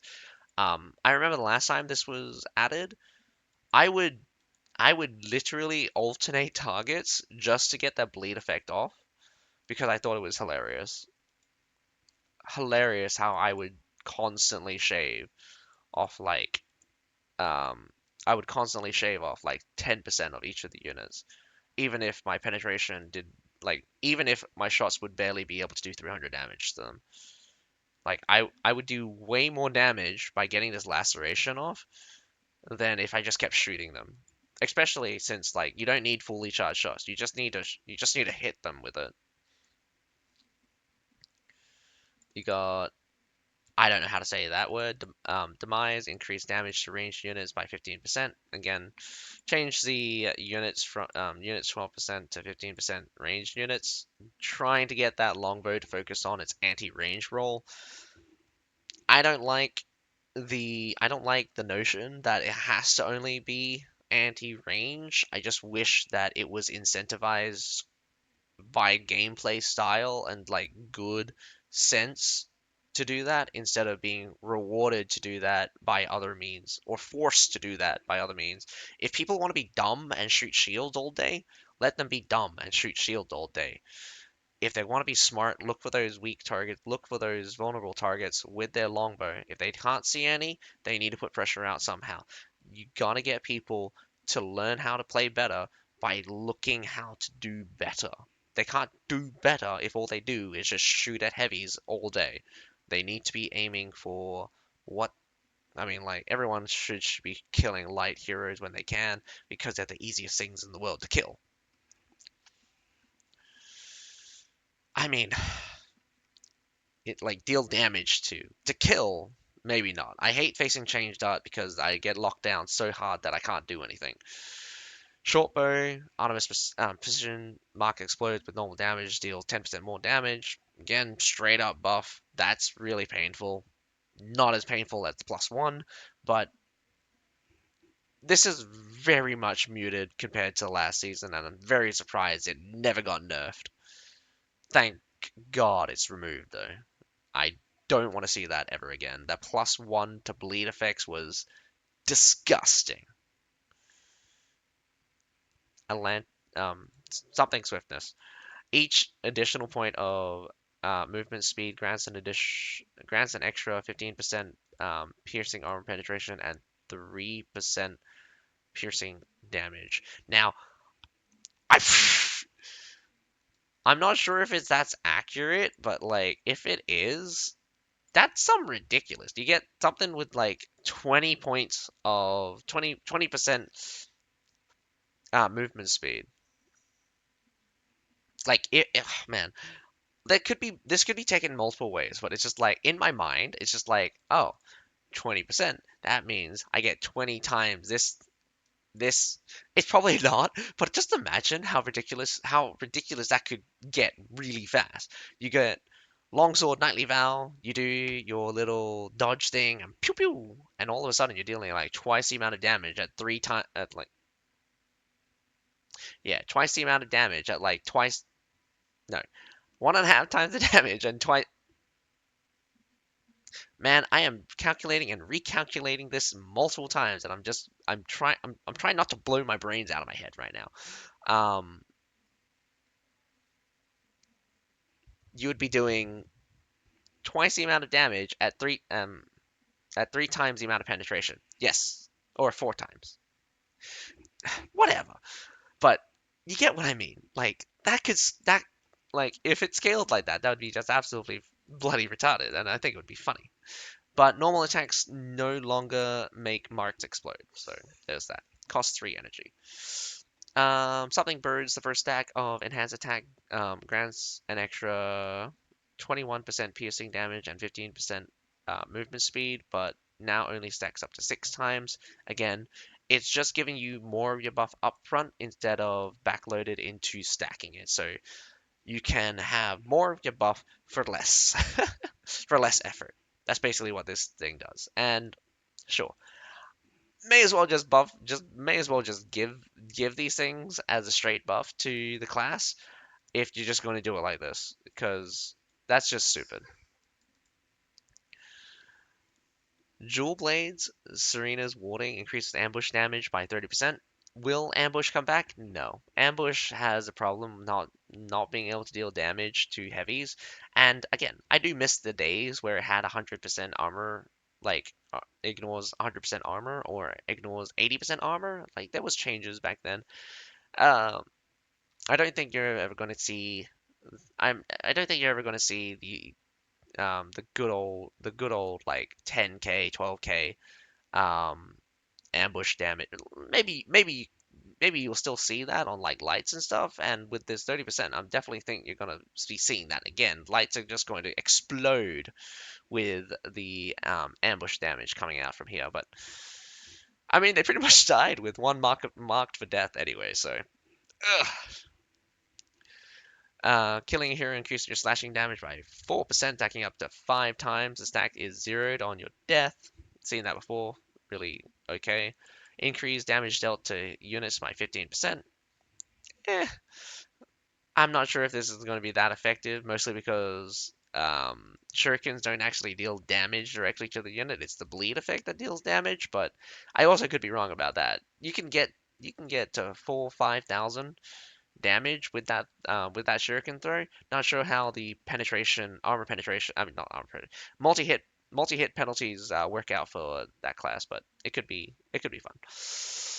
Chain Dart and Scimitar, Achilles Sorrow each. Oh man, this one's super retarded, and I'm not sure how this got through. Stinging Strike that each Stinging Strike that hits reduces the cooldown of Scorpion's Snare by 1 second. Costs 3 energy. Thanos' fetters, prey, trap prey now renders enemies concussed for 2 seconds. So, again, like they're just increasing the lockout time. It used to be a really long time from long distances, but now long distances you have basically enough time to kind of like roll out. Still don't like it too much. I really think that prey trap auto aim thing is too much. You need to have chain dot. You need to really have chain dot and scimitar aim with that skill instead of just auto hit within. Man, I'm gonna say 50% of your screen, just because it's like it's not exactly up or down, up or across my screen. It's like in the center of my screen. Realistically, it probably takes up less than 50%, but like, dude, it's in the center of your screen. Just look at the guy and you'll hit. Hephaestus Blade, increased damage dealt to enemies with more than 600 slashing damage by 10%. Again, this is basically a straight 10% increase. Probably one of the some of the stronger stuff, but man, what are you hitting that doesn't have over six? What hero are you hitting that doesn't have over 600 slashing damage? Maybe that's why. Maybe it's also calculated from like negatives and stuff. So you could force yourself under the 600, so you take 10, so you take 10% less damage. Hmm. All right, we have season fame. Dragon Rise, Dragon Rise fame will reset, and the new season's fame Alexander fame will become available. So the fame treasure rewards. We have Artificial Stone at 0, 10. Purchase limit is 10. You have 10 Battle Hero EXP card, requires 500 fame, costs 1500 bronze coins each, limit of 3. Powder Silver requires 1000, 1400 bronze coins, 50 purchase limit. Strong Baymare, 1000, 1000 fame, 10,000 bronze coins, 1. You got the Link Rogue set, Link, Carnifex set, Link, Guardsman set at 2000, 2000 fame, 10,000 bronze coins, and you can get 1 each. You got Artificial Stone at 2000, 2000 fame, 5,000 bronze at and a limit of 10. Unit Metal at 3,000, 2,000, at 3,000 fame, 2,000 bronze coins, 100 limit. Artificial Stone, 4,000 fame, 5,000 bronze coin, 10 limit. You got Doctrine Water, 5,000 fame, 5,000 bronze coins, 5 is the limit. Artificial Stone, 6,000 fame, 5,000 bronze, 10 is the limit. Rare Doctrine Selection Box, you got 6,500 requirement, 5,000 bronze, 1 purchase limit. Rare Weapon Schematics, and rare armor schematics, 8,000 required, 10,000 bronze. You got 2 and 4 respectively. You got Doctrine Water at 9,000 fame, 5,000 bronze, and 5 limit. Treatises is 9,500, 10,000 coin, and 5 is the limit. Artificial Stone again, we have 9,500 requirement with 5,000 bronze with 15 limit. You got the Epic Hero Schematic Crate and the Epic Doctrine Choice Crate. 10, 12,000, 12,000 for both, 60,000 for the first, and 10,000 for the second. Limit of 1 each. You got the Pure Spirit at 15,000. You got the.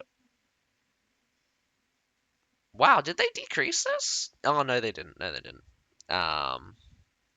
10,000 um, 10,000 bronze coin was one of the limit legendary artillery selection box. 17,000 as the 17,000 requirement, 40,000 in bronze coins. Treatises is 19,000 and 10,000 bronze coins with 5 is the limit. Epic hero schematic chest with 21,000 required, 60,000 bronze coins. The uh, Virginia Sun Celestial with 23,000 required and 100,000 bronze coins. Um, Limit is 1. The Alexander the Monarch's Friend title 25,000 and 10 100,000. Sorry, I read that wrong. 100,000 bronze for the attire and the title in bronze coins. You only get it once. Rank battle changes. Ooh. Rank battle reward changes. The new season will no longer feature a 4,000 score cap for martial rank. Added 3 new valuable limited time titles with unique title icons. Players in martial ranks have a chance to acquire these by raising their score and climbing the rank. The new titles, how to acquire them. Weekly ranked battle scores are tallied every Monday at 8 UTC plus 8. Titles will be awarded based on score and ranks. The top 25 players with a ranked score of at least 2,500 will receive the limited title Lord of War. The top 100 players with a rank score of at least 2,000 will receive the limited time title Crown Champion. The top 300 players with a rank score of at least 1,500 will receive the limited time title Cavalier Commander. These ranked battle titles last until the next weekly. Whoa! Whereupon new titles are awarded based on the current scores and ranks. Oh, okay, that makes sense. So basically, you need to reach these thresholds before these titles are given out. And depending on your scores and ranks, so I'm guessing here the scores are not reset. What are reset are how long these titles last. So every week, if you're if you're still in the top 25 and have more than 2,500 points, you'll get the Lord of War kind of thing. But if you're even if you're above 2,500, but you're not in the top 25, you won't get the Lord of War, but you could get the Crown Champion, and so on and so forth. But if you're in the top one and you don't have if you don't have over 2,000, you're only going to get the Cavalier Commander, regardless of whether or not you're the top one player or the top 300th player. So yeah, there's that. Rank battle what? Okay, no, that makes sense. But this this makes no sense. That is that is disgusting. That is disgusting. Having a restriction, a tier restriction is disgusting.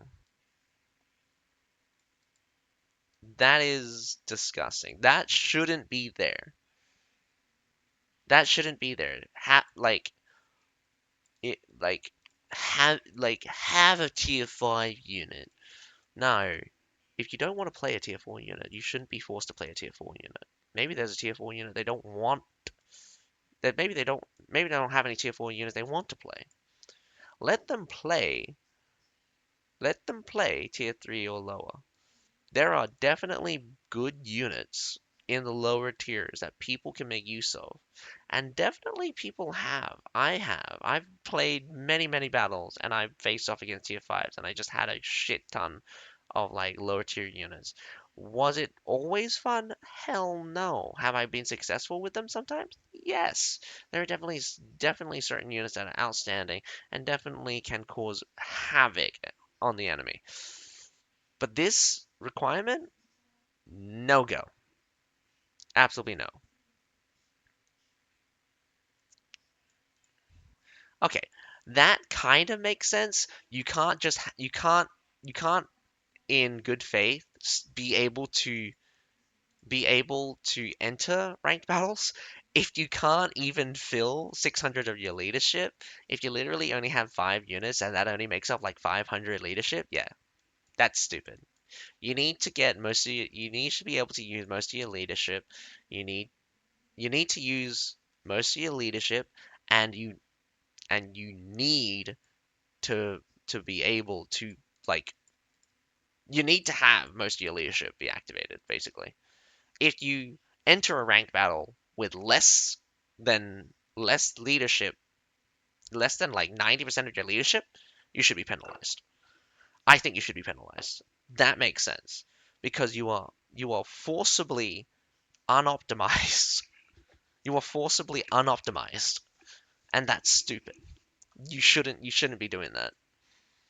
Like even like you shouldn't be doing that on purpose. It feels like you're doing it on purpose if you're unoptimizing your warband to such an extent that you have an entire gap of 10%.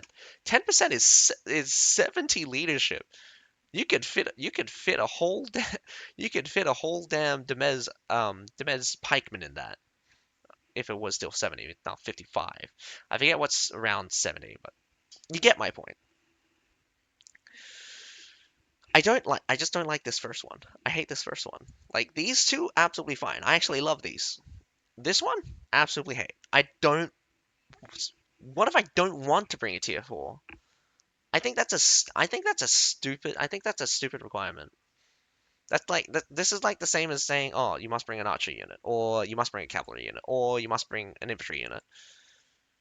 Like, replace that, replace that with any other like unless the bare minimum requirement is you must bring a tier 2 unit.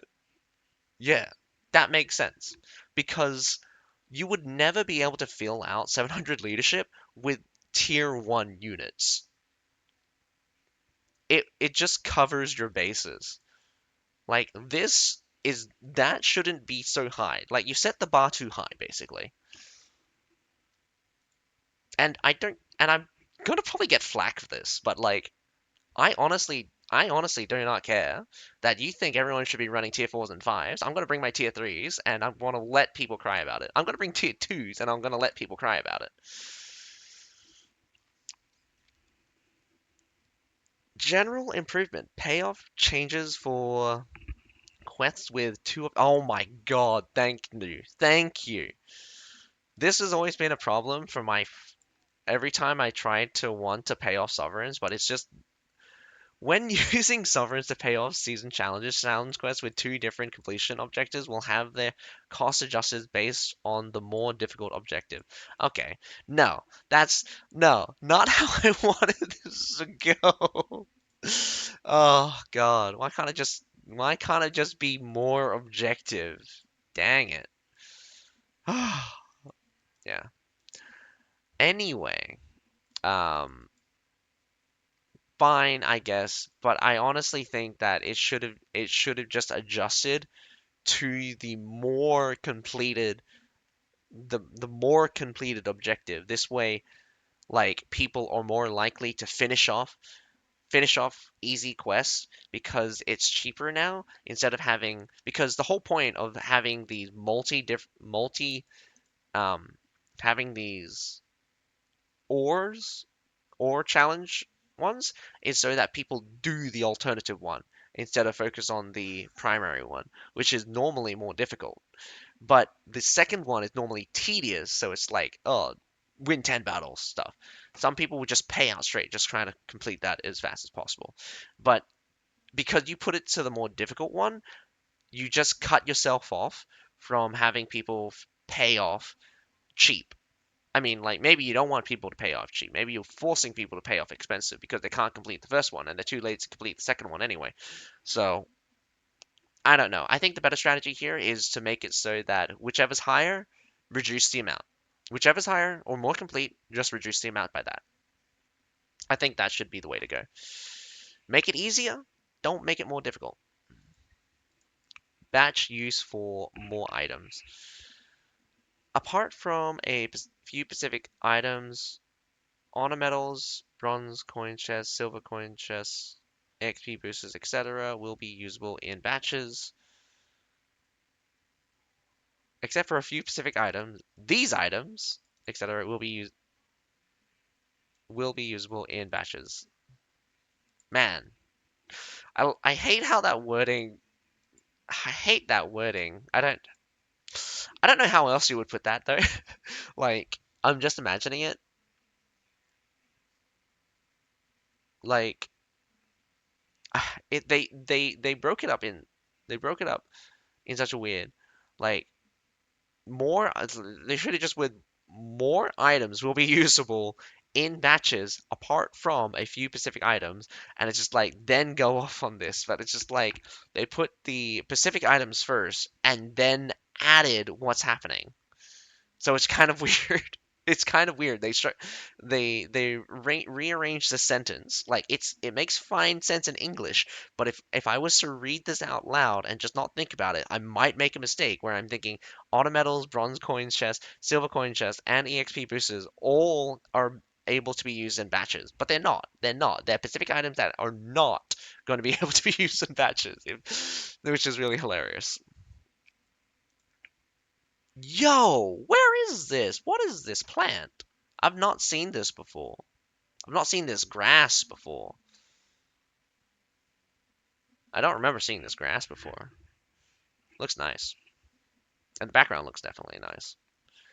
Improved rendering performance. To address the issue of insufficient shadow effects in the grassy area, a new shadow rendering feature have been developed to enhance the shadow display in grassy areas and improve the visual hierarchy. Oh, okay. That one looks like it's got no shadows. This one looks like it actually has shadows. And then this one looks like it's got stupid shadows. And this one looks like it's got real shadows. But the shadows are super harsh for something that should be scattering light fairly easily. So it's just like this one has shadows, but it's like has shadows, but it's just like it's too thin. It looks like it's basically going straight through. While this one has good shadows, but it's just like it's done it now too harsh. But I mean like this one looks the best. I mean, obviously, better shadow display looks better. Not that turning on shadows is beneficial or anything. It's just a visual thing. I don't think a lot of people like to turn on shadows, mostly because it's a massive performance hit.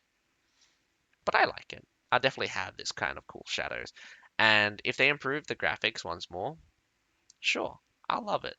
But I'm not sure. I want them to also make sure that like as they're improving the graphics, they're also keeping mind of poor performance, low performance things.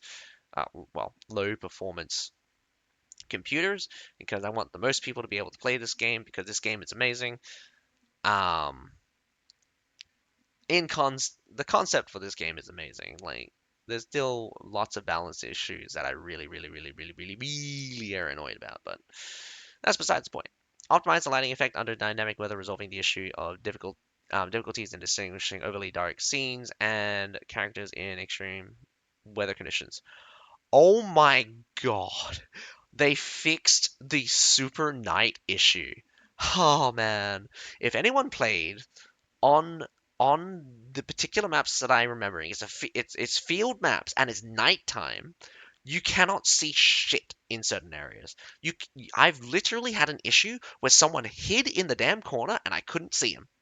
He hid in a corner in the shadows and I just walked right past him.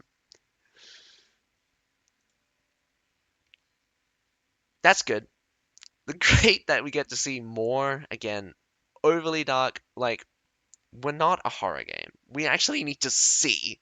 So the fact that even in at nighttime, it's still got that atmosphere, still got that nice, nice feel of it being night, but you can still see stuff is great, and it looks better for it. Especially the shadow on the back of the heroes, much too daunting as like the blackness stands out. Now it looks like on the right hand side, it looks like you're still part of the scene. Like you're illuminated the same as the scene. For some reason this one looks a bit dark. But I mean it makes sense because you're casting a shadow yourself, because assuming the sun is actually either slightly in front of you, probably overhead somewhere here. Optimize the terrain and lighting performance in some maps to enhance visual experience. I don't like how they screwed up with the angling here. He should have been probably around about 10 meters to the right and looking more to the left. This one matches up better, and it does look like there are, man, they're looking at two different things though. Like, like that is that there. Or did they add that? They must have added that. Oh, and I love seeing these random ass banners everywhere. Excellent. Oh, they've reworked some of the maps. They've kind of teased this out, but wow. Oh my goodness, they've reworked the backgrounds. I didn't notice this on the first look because that's what I was looking at a lot of things in the foreground. But if this is the same, because what it's telling me is that these are actually the same map, but there's been changes. Like some of the foreground stuff is the same, but a lot of the background stuff, like look, these are sand dunes. These are massive sand dunes. It used to be rocky cliff sides, but the rocky cliffside has been removed for a lot of sand, like a lot of sand hills. Removed it here as well. Sand dunes, and they added like this. They added a small oasis here, and this is probably the same oasis, just from a different angle. And again, remove the nearby rocky terrain, pushed it back, giving it such a good good good scenery. It's so good the scenery right now. Although the angle is different slightly, but must be the same place. Trees are completely different though. Whoa, the visual clarity between these two. I mean, maybe they turned off fog effect, but again, the background, I love how spacious that looks. And how it doesn't feel like you're just squished up against a mountain here. It definitely makes the battlefield looks bigger. Is that a good thing? Yes. Yes, it's a good thing. Making the battlefield feel bigger and wanting to fill that space. It makes you feel small. That means bigger units will feel bigger because they could fill up wider space. Oh, they added so much grass. I'm not sure how that's going to work on performance, but this is a massive visual upgrade. Absolutely massive. So this is obviously Mongolia. What are we looking at? They've redone the terrain. Most of this is supposed to be lighting, right? Optimize the terrain and lighting performance in some areas and enhance the visual effect. So they've just basically redone a lot of these areas. I think they're still using the same grass effect. Yeah, they're still using the same grass effect, same log, but they've redone the terrain. Now you're on the path. Yeah, they've they've toned they've toned down the fog. They've toned down the distance fog, so you can see detail from a distance now, which is really great. People with longbows, hear me out. You're gonna be sniping people from over 100 meters away, and I mean like it was very difficult to see shit from over 100 meters away, except on very certain maps when you're high up. Now with this kind of clarity, I could probably shoot people from here. I could probably shoot people on that wall. Probably could shoot people on that back wall. I wouldn't have tried before, but maybe I would try now.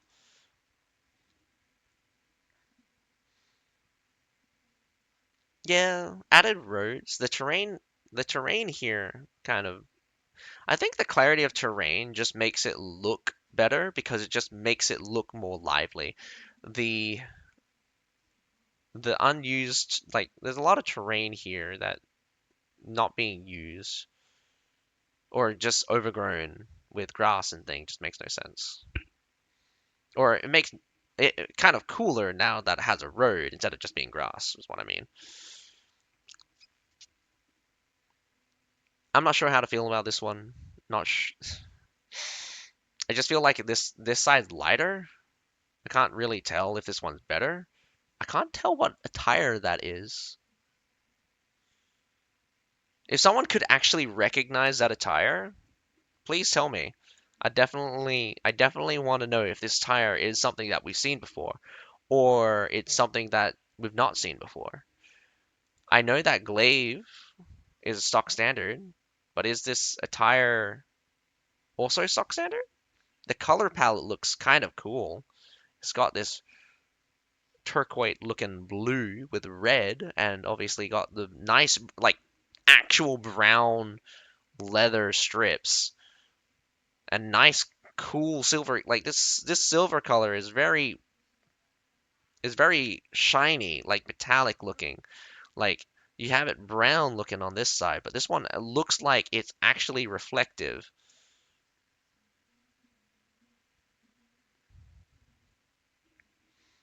Again, lighting is better on the right-hand side. I guess they didn't fix very much with the train on that side. Oh, where is this? Can we guess? Emerald River. My guess is Emerald River. I hate Emerald River, and I don't want to ever see it again. Hailong Fjord, obviously. Oh, I like how green it looks now. They obviously changed the mountain.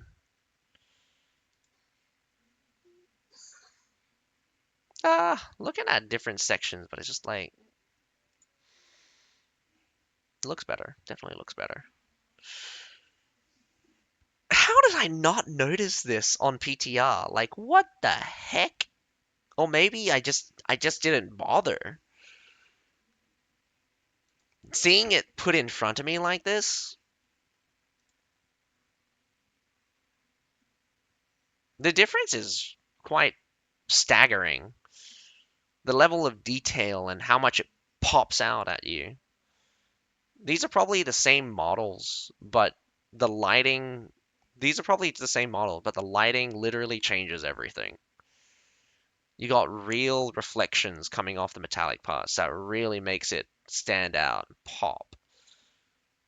Especially, especially like, especially things that rely on bit mapping.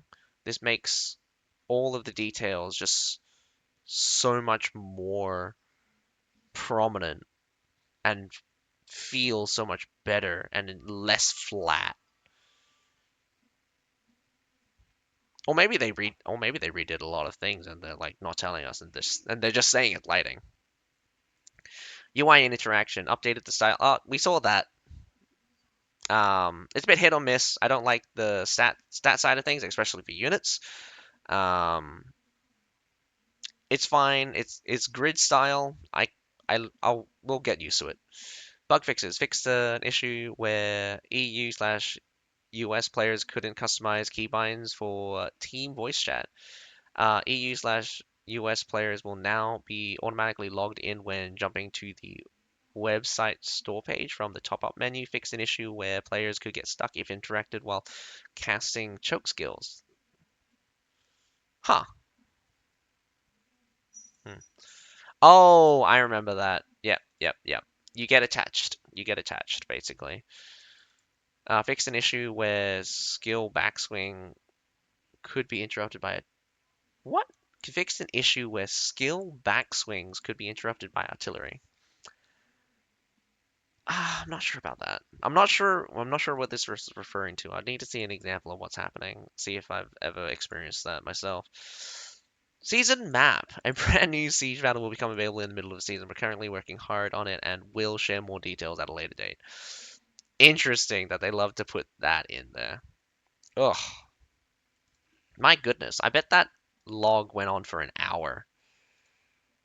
Ah, man. Whew. Feeling exhausted yet? It's been 2 hours and I'm still going. Man, I can't wait until it's release this, and it's just like, and it just uploads, and it just like gonna take 10 hours for it to be uploaded and then processed, and it's just like, the server's open, dude. Why is this video even here? I'm not shorthanding this. I'm just gonna go through everything. If it takes a while, it's gonna take a while. EU/NA server update about the new season. So this is, well, was released yesterday, but anyway, basically, if you've been here before, it's going to be about the new server. So, um, oh my god,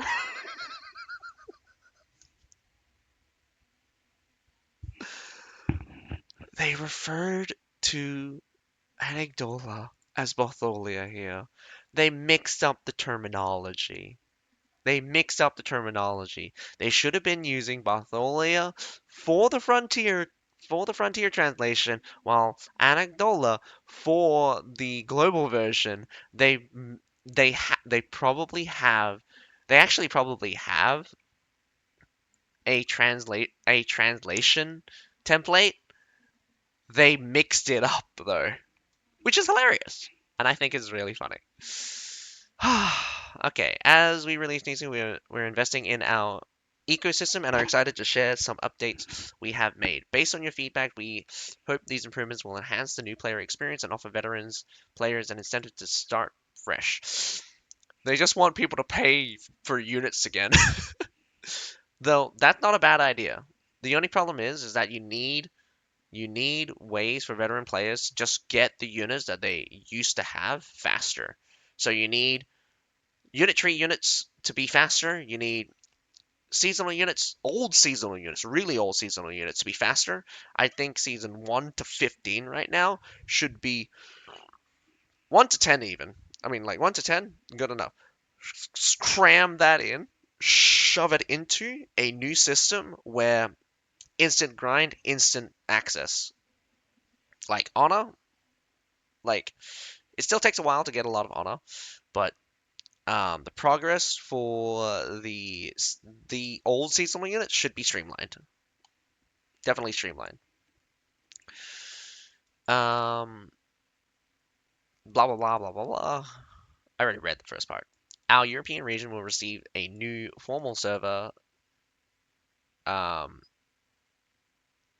Tacania, and introduce a newbie server, Aegis Dawn. To facilitate more interactive territory war experience, we will open one region for territory wars on Zicania and Aegis Dawn, unlike the three regions on Crystal Sea. Yeah, three regions on Crystal Sea.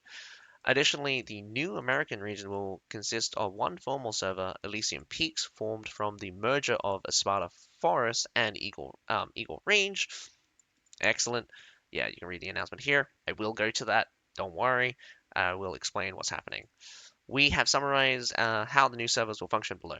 So yeah, if you've listened to the new function things below, but general gist of it, for the Aegis Dawn, so the European newbie server, territory war, only one territory block, Bartholia.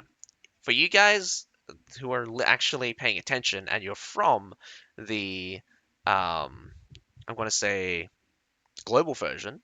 Let's call it the global version, frontier version, global version. From the global version, the actual region that we're referring to when we say Bartholia is Anagdola. Anag Ana Anadaville. I say Anagdola for some reason, but it's not Anagdola.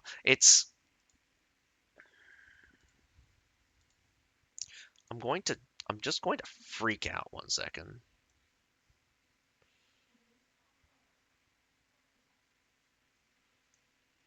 Anadolu. Anagdolu. Ana, Anadolu. Ana, Anadolu or something. But yeah, when it says both, it's it's the it's the it's the it's the west southern region. It's the western side southernmost region. Oh my goodness. Weekly activities.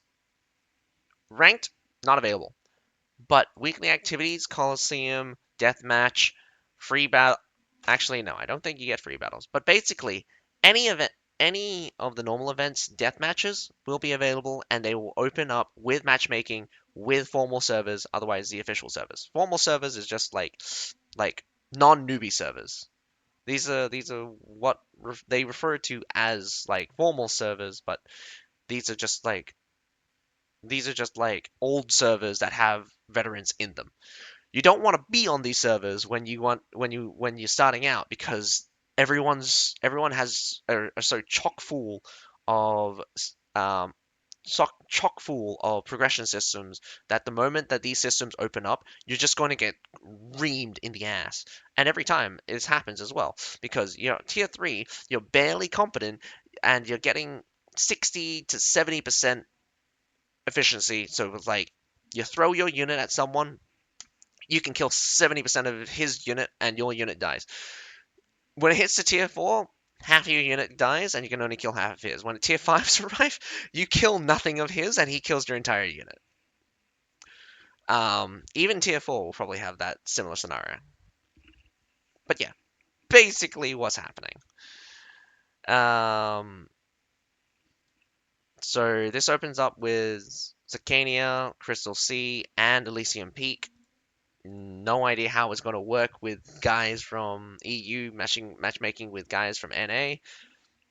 Good luck with that. I mean, like if the ping is not bad, the ping is not bad. I always play with ping of over 200. It's only bad when I'm getting chain stunned because sometimes there's a bit of a delay, and it's really irritating when I see the skill come out, but I don't get hit by the CC until an entire second after. Matchmaking.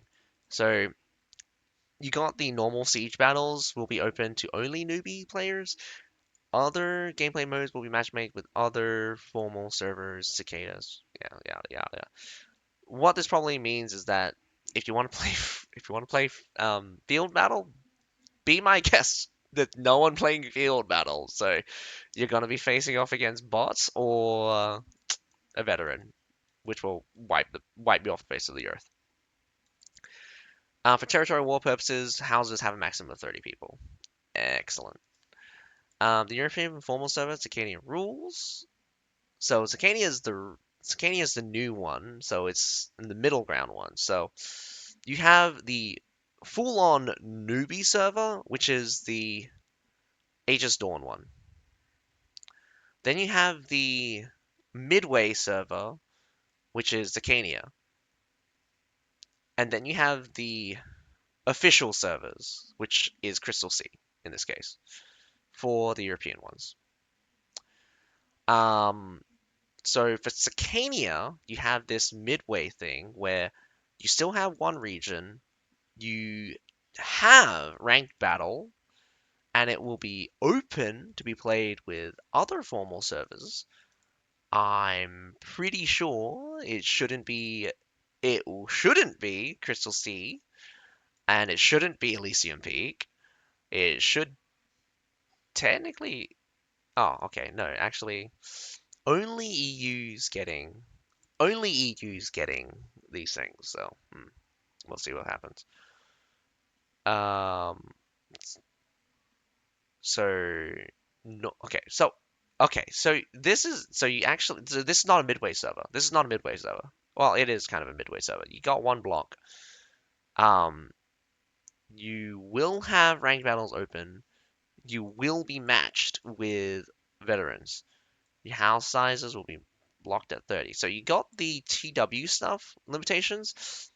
You're still playing with veterans. So I'm not sure how to feel about this because it is a new server. Normally, new servers go through some kind of growth period and then they become like midway servers where you can matchmake against veterans or you could stay only matchmaking against newbies.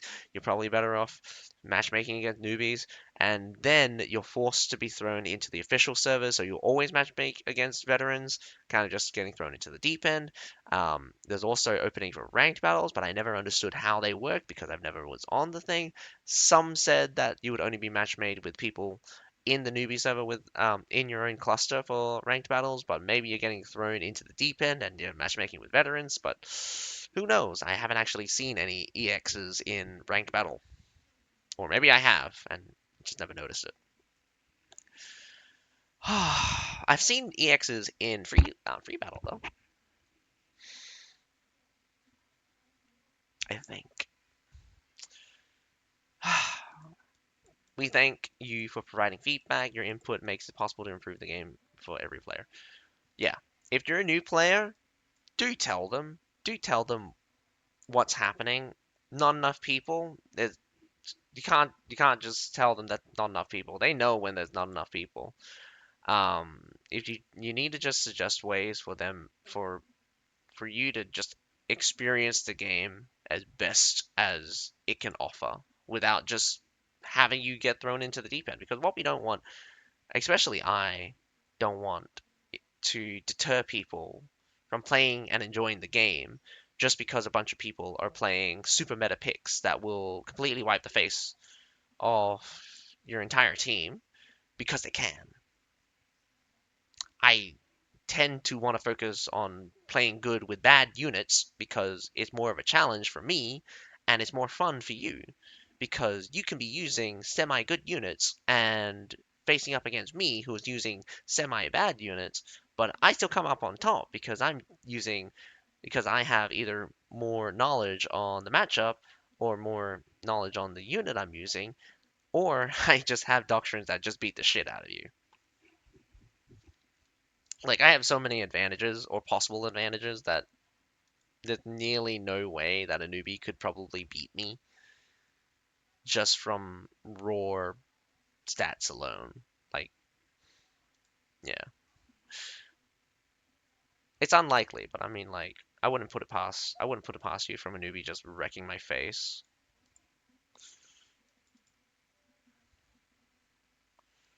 All right, ranked matches starting on the 27th of June, so it's actually not starting this Friday for you guys. As we are merging our North and South American servers into one larger server called Elysium Peak, we are postponing ranked matchmaking by a week until 27th of June. This delay will ensure fairness and equality for all players, as Elysium Peak, Cicania, and Crystal Sea will all be in one matchmaking pool. Interesting! Ranked matches counting towards CBL qualifications will run from 27th of the 6th, 2024 to 19th of the 7th, 2024. The campaigns of Alexander event as a token of appreciation for to introduce a sense of achievement on on our new formal server. What the heck? Sacania and Vega Miratima. Where did this one come out from? Vega Meritima? Meritima?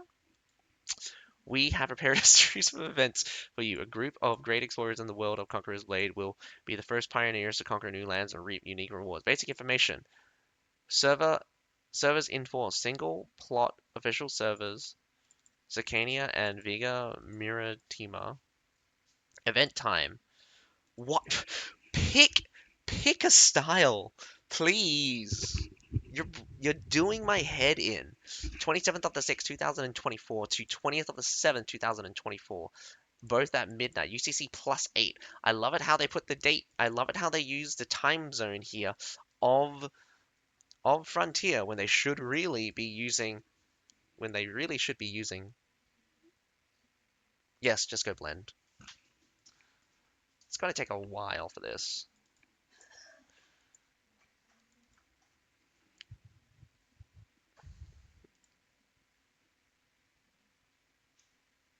Okay. So just daily check in to receive rewards. Cartoon.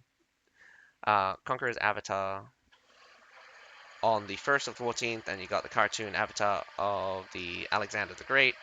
Got special. What? Expedition helmet, special version helmet of Alexander the Great, customizable, and the Conqueror action? Oh man, come on. Do we get this? We better get this. I better get this. Man, I'm gonna beat someone up for it if I don't get this. Sorry if you can hear the blending in the background. I'm hoping my noise canceling thing works out. Maybe it doesn't. But yeah, that's that. Talking about the Espada Forest relocation, if you are still listening to this and you are from Espada Forest and like, I mean, again, I'm not sure how many of you from South America would even listen to me, considering that you probably got like half a dozen YouTubers. I mean, half a dozen like Twitch guys. I know, like there's half a dozen Espanol um oh man, don't even try to. I'm not even going to try to say what language you guys speak because it's like it starts with an ESP or it's like it's Espanol or something. It's like some kind of Spanish. It's not Spanish. It's like, all right, don't crucify me, please. Anyway, Espada Forest relocation, the beginning of a global era. So, based on continued discussion with the affected players and much consideration, we decided to merge the Espada Forest server into the EU-NA server clusters and embark upon a journey of taking Conqueror's Blade global. Espada Forest will be merging with NA region's Eagle Range server on June 27th with the launch of the Alexander the Great season, thus forming the Elysium Peak server, a matchmaking ecology with servers from the EU and NA, creating an all new server ecology for both EU and US players alike. So you got NA Eagle Range and you got SA Sparta Forest merging into Elysium Peak. There is another thing though. I did hear that the Sparta Forest players had the option to merge into any existing Frontier server as well. That was apparently also an option. But do note, those of you from a Sparta Forest, you will need to re-download the game, but you will need to download the version that has access to the other clusters. And this is where the weird part comes in, because technically there are still two versions of the game. Weird, I know. I'm not sure if they've been unregion locked or whether or not it's still region locked.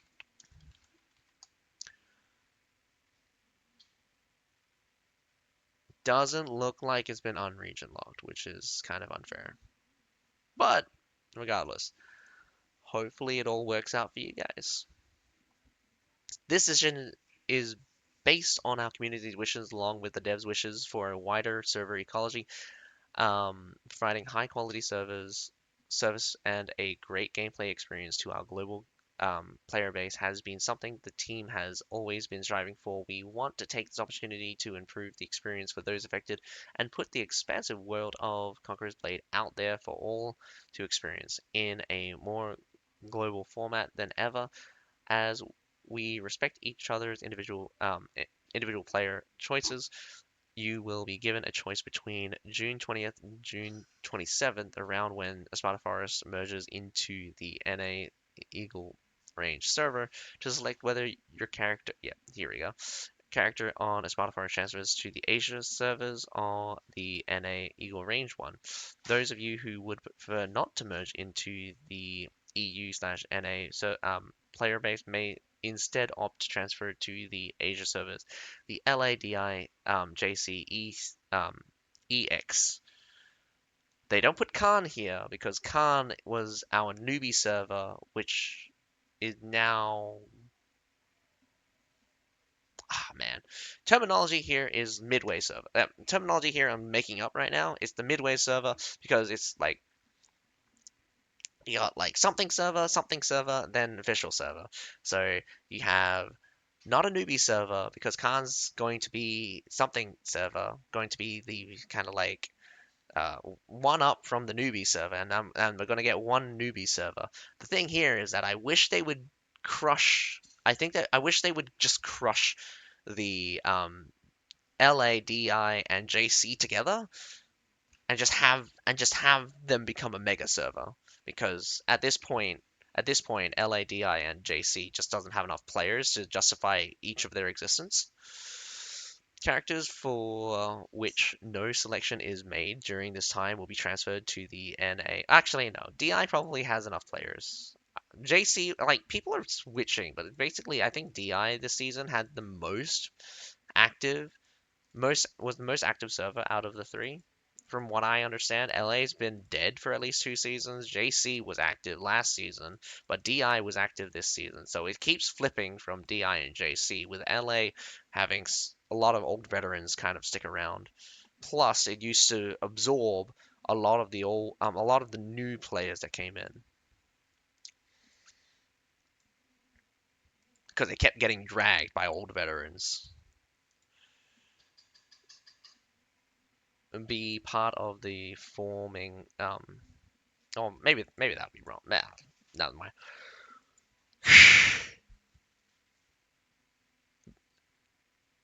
Characters for which no selection is made. Okay, so if you don't make a choice, you'll be thrown into the Elysium Peak servers anyway.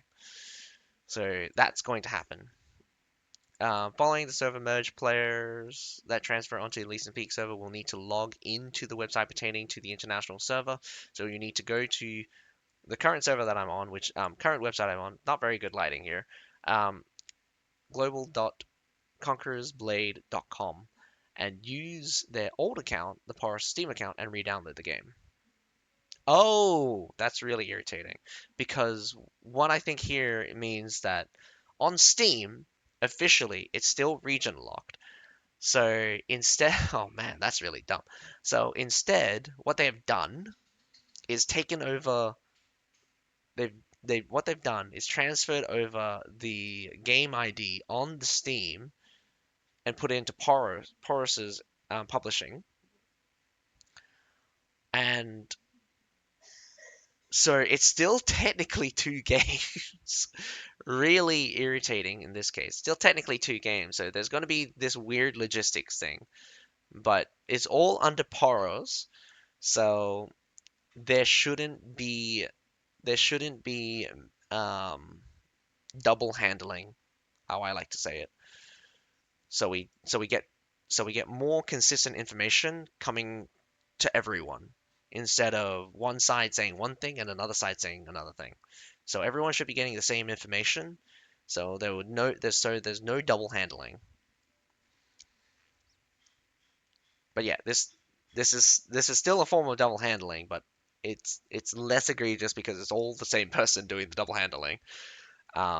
It's going to be really irritating for these guys to figure it out, but it would also just be really wonderful if they could just figure out how to merge everything into one thing. But it would have to do entail like some weird opening up. They'll probably have to shut down thing, get rid of the licenses for thing, and then expand the license for Conqueror's Blade, which realistically they would probably be better off making a whole new Conqueror's Blade and getting that published out once the licenses probably expires for the other ones. Even if they had that ability, well, it's just like I'm just talking nonsense now. Don't even listen to me. Character data transferred from Spotify servers will be processed based on the destination server, after which they will have to adhere to that server's ecologies and rules. This includes payment, online modes, events, etc. So, registering for server transfer, merging with NA server by default. Players who don't want to merge to NA um, and move platform need to manually transfer the characters to other Asia servers. So yeah, you still got I don't think yeah, you got the 14 days period to do that. Oh no, 7 day period. Cause you got 7 day period to do that. CB EU/NA disables South America IP block. CB Asia enables South America IP block. Platform/server data will be mitigated according to the player's choice.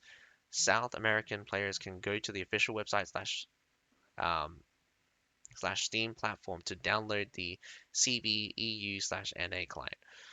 So again, we still got this weird double handling thing. So on Steam, there are still two separate Conqueror's Blade. So Conqueror's Blade, for those using Smarter Forest, is going to be weird because it's going to be so you need to uninstall. Basically, what you could do is save the files, and when the other Conqueror's Blade comes up, instead of downloading all the files, copy and paste the files from the Conqueror's Blade Asia one Conqueror's into the Conqueror's Blade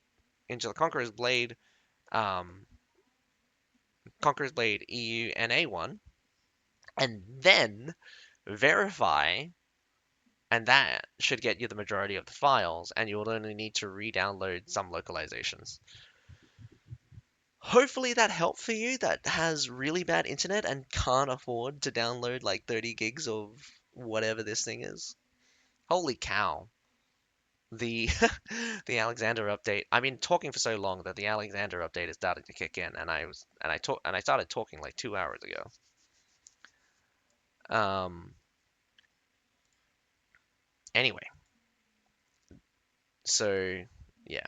once the 20 so once the 27th of the 6th kicks in, you will be able to see the Conqueror's Blade for North America on Steam. So that's going to happen. I don't know what time, so probably just wait until it's the 27th maintenance after maintenance starts. Maintenance starts. So when maintenance starts, it says, um, when maintenance ends, South American players will be officially transferred to the EU/NA servers. Okay, that okay. So for 7 days, you've got time to transfer to the Asia servers and still play on your Sparta Forest. Oh man, post-transfer data processing due to differing sovereign ratios on the Asia and EU/NA servers, players with outstanding sovereign/sovereign notes will have those converted to the new server at a 1.8 ratio rounded up. The future exchange rates when topping up will adhere to the rates of the EU/NA servers. Game modes and rules and time for events and game modes, as well as store sales, will adhere to those of the EU/NA servers. Platform data. Starting from June 27th, due to IP block restrictions, you will no longer be able to access Conqueror's Blade Asia Steam store page. Now, this is also very important. The Steam store page doesn't stop you from having the game downloaded. So you can still play the Asia version of the game as long as you have it downloaded, but you can't access the website, or in this case, you can't access the Steam store. But you should be able to access the websites now, since they should have removed the IP blocking. This will not affect your Steam library or your Steam achievements, so yeah, that it will not affect that. Upon accessing our website, you'll be so they have a redirect though. That's unfortunate.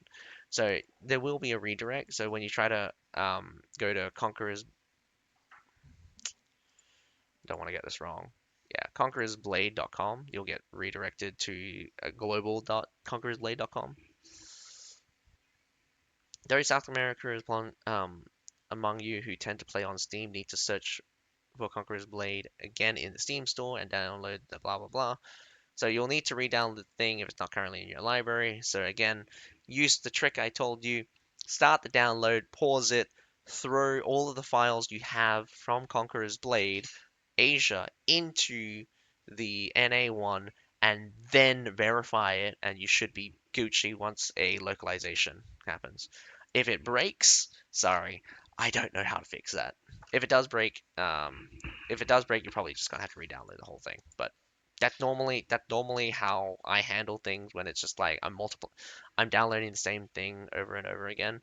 It's the same thing I did with the PTR. Instead of downloading the whole thing, I just threw the current version of the game into that, so it just would only update the shit that I needed. So server location changes. If you choose the NA servers, your user data will be stored in Virginia in the east of America. If you choose the Asia servers, your data will be stored in Hong Kong, China. Going global, how to get, oh my goodness, how to get leadership doctrines for EU/NA players. This is going to be a very long video. I don't think anyone's going to watch this. The arrival of our South American warlords will bring fresh new strategies, fiercer battles than ever. This marks the beginning of our global ecosystem, and this change is bound to bring about changes on the NA and EU servers alike. We've learned what our EU and NA players think about leadership doctrines during our discourse with the community, and following our, well, discussion, not discourse. I mean, could be discourse, but it's mostly a discussion with the community. And following our related surveys, we now also know what your expectations regarding leadership doctrines are. Again, you just throw leadership doctrines at them and they'll be fine with it. The problem is that what people are worried about is old players that have thousands of doctrines left over will instantly be able to get lots of leadership doctrines, while people who don't have thousands of treatises. Again, it's the new player versus old player mentality. You're going to have this problem. It's going to keep existing. You can't stop it. Just throw leadership doctrines at people and they'll be quiet.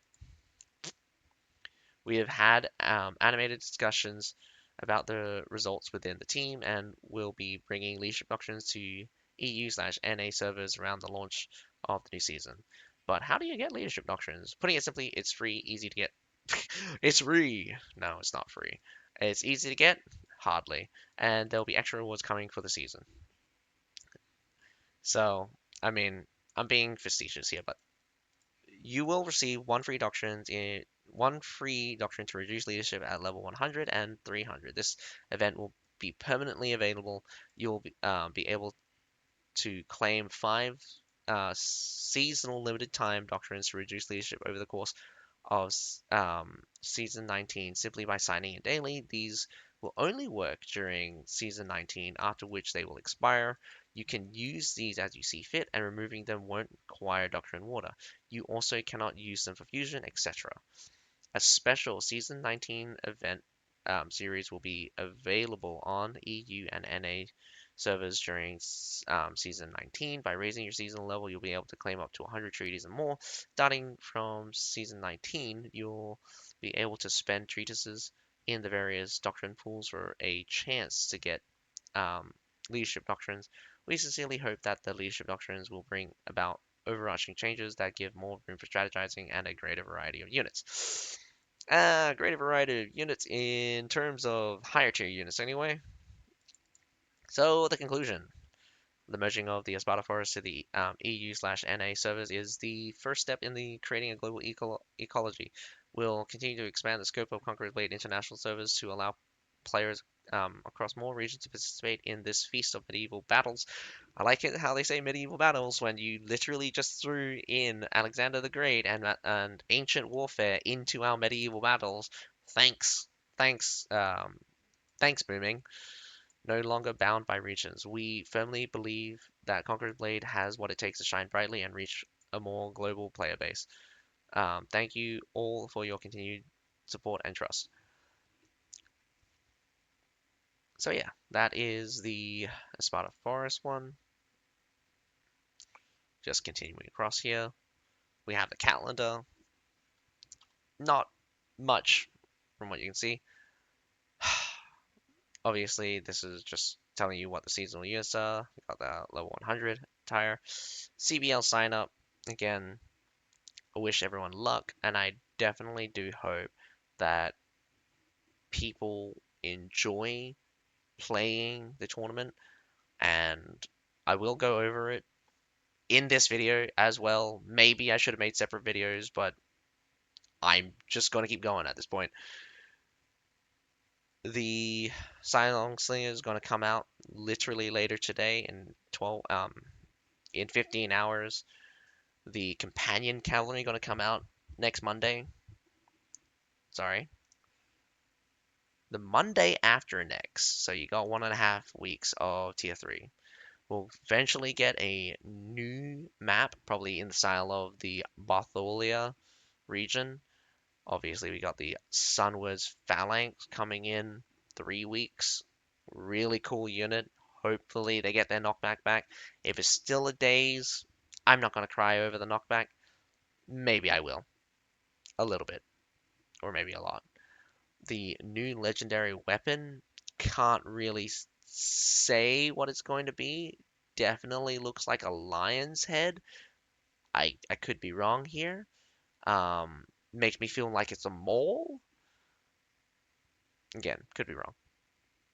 And of course, we got a unit mastery on the 25th of the 7th, which is an entire month away. Considering that we only got the assets around about 3 weeks ago. Not even 3 weeks ago. Probably 2 weeks ago. Nah, I think it was a while back. Oh, anyway, that is. Oh man, did I already go over the? Oh man, I did not. All right, just gonna go over the CBL because it is one of the more important things that I like to go over before finishing off with watching the Sunward Phalanx. I won't read the background thing. I've already read it earlier in this thing, but I'll again, all of these will should be linked in the video, and I hope everyone, I wish everyone enjoyed the video, but I'm hoping to close this up before 3 hours. But Conqueror's Blade 2024 CBL is getting started. The Global Throne is waiting. So this was released almost a week ago. I didn't talk about it back then, but maybe I should have made it separate, own separate video. Okay, with the summer approaching and the return of the European and American regions of Conqueror's Blade, the 2024 CBL is set to reignite the flames as a premier official tournament of Conqueror's Blade. The 2024 CBL will be unprecedented in scale. We will open 4 regional divisions globally, including the Mainland China Division, Asia Pacific Division, European Division, and Americas Division, accumulating in 4 stages to truly showcase a global showdown between the East and the West. I don't like this. I don't like this East and the West kind of thing.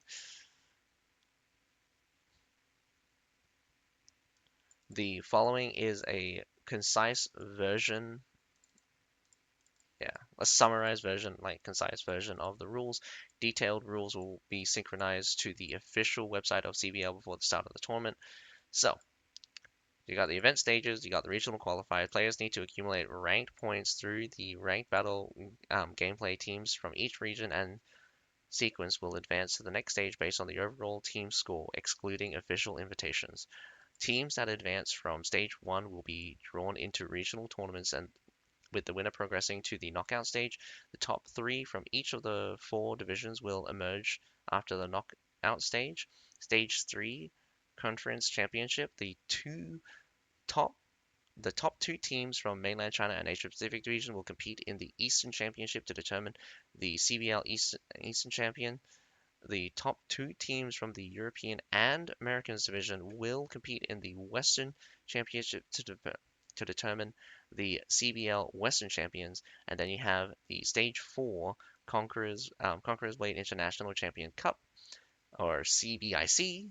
The CBL Eastern Champion and the CBL Western Champion will join forces for the Conqueror's Blade International Champion Cup, showcasing the best of CBL's competition. So, a lot of breakdowns. So you get all of these qualifier things. You get a bunch of teams goes through a knockout stage. Get first and the second. Get first and second. Um, I don't know why America's only get 8 teams here, but it's mainly probably because of population. But 8 teams battle it out, first and second. So you got one in 4 chances of winning, or 1 in 4 chances of making it.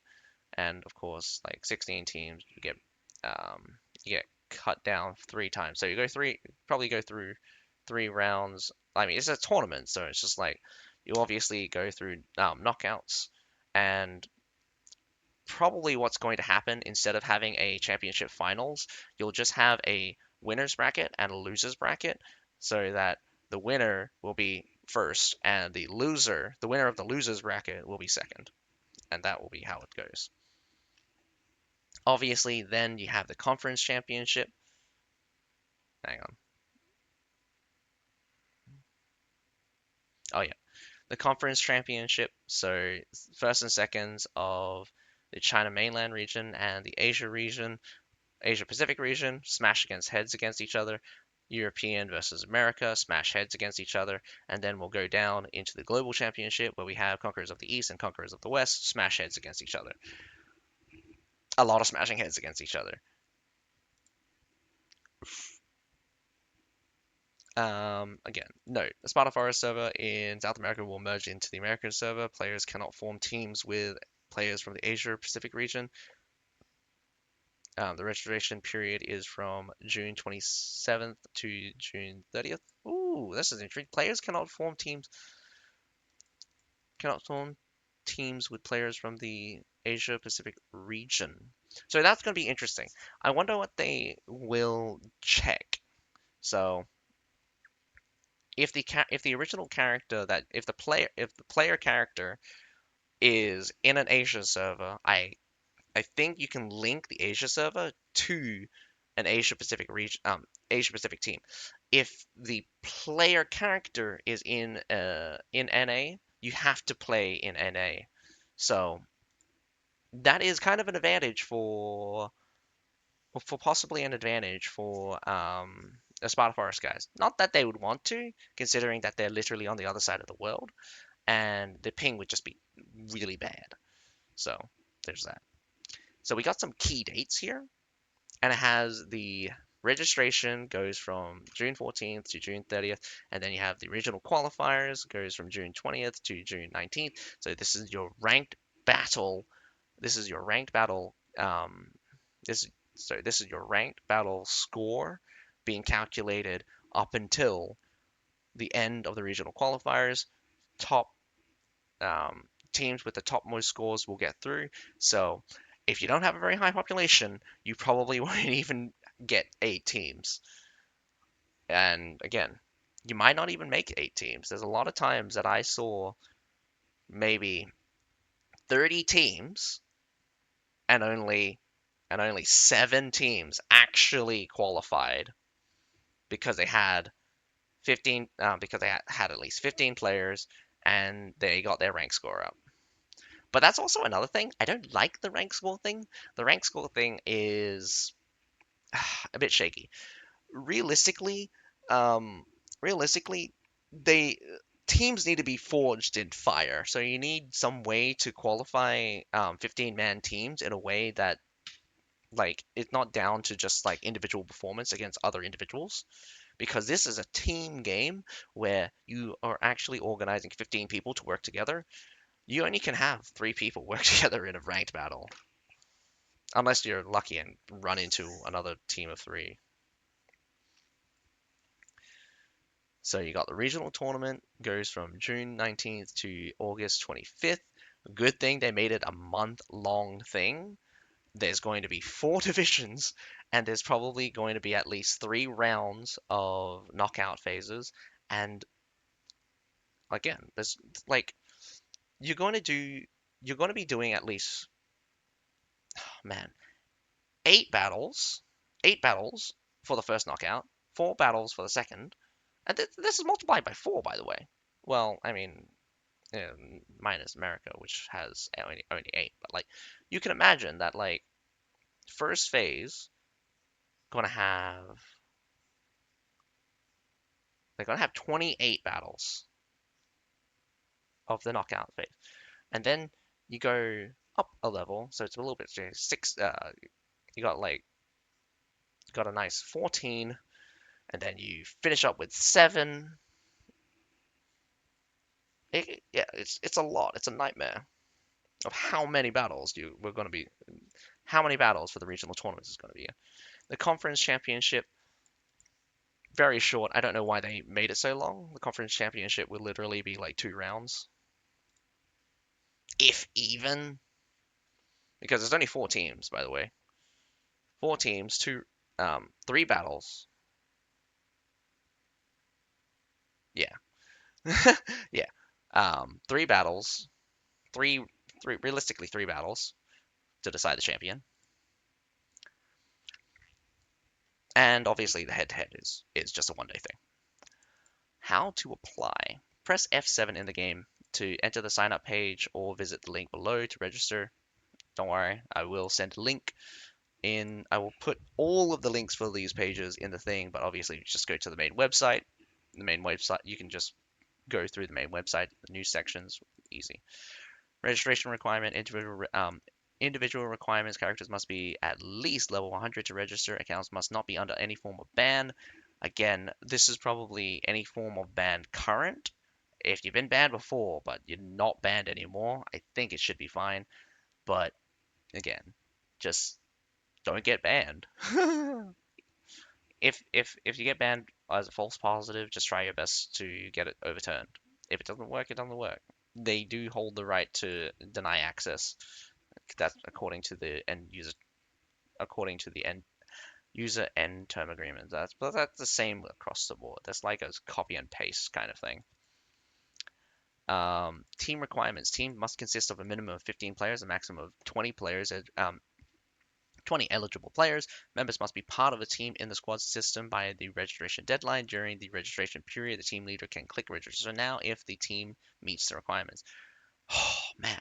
Most important thing to know, the championship team will receive a massive prize from the prize pool, including exclusive attires, avatars, avatar frames, and more. The prize pool will reach an unprecedented $60,000. So you actually get, I mean, like divided by 15 people.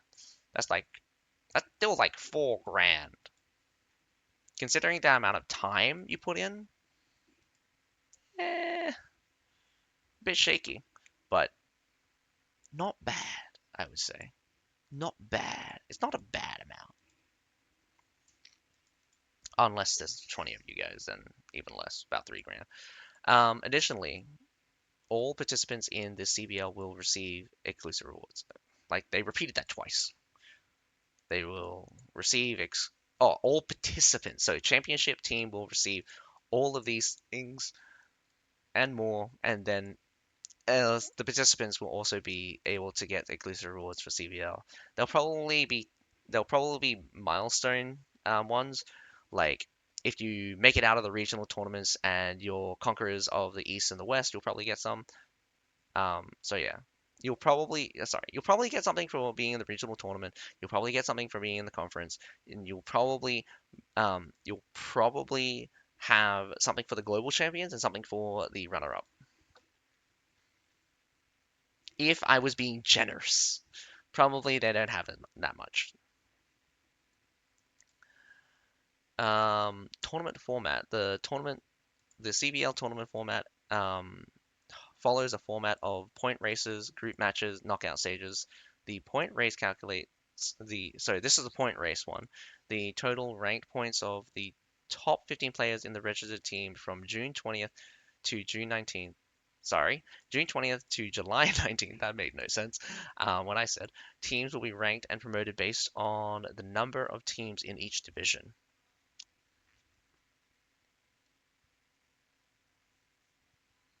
If there's only 4 teams, you can only be ranked 1 to 4. Even though there could probably be a maximum of 15 teams. This CBL will be divided into 4 divisions, blah, blah, blah. We already got that one. Mainland China, 16 teams will be selected from regional qualifier for the regional tournament, including 4 official. Ooh, they actually tell us official invites. Due to differences in the ranking between the national server sequence and the international sequence and rank battle points, the um, region is split into 2 sub-regions. Oh, that's an interesting one. 8 teams will be selected from national server sequence for the regional tournaments. From regional qualifiers, these servers involved. Not even going to try. 4 teams will be selected from international server sequence for the. Oh, okay. So yeah.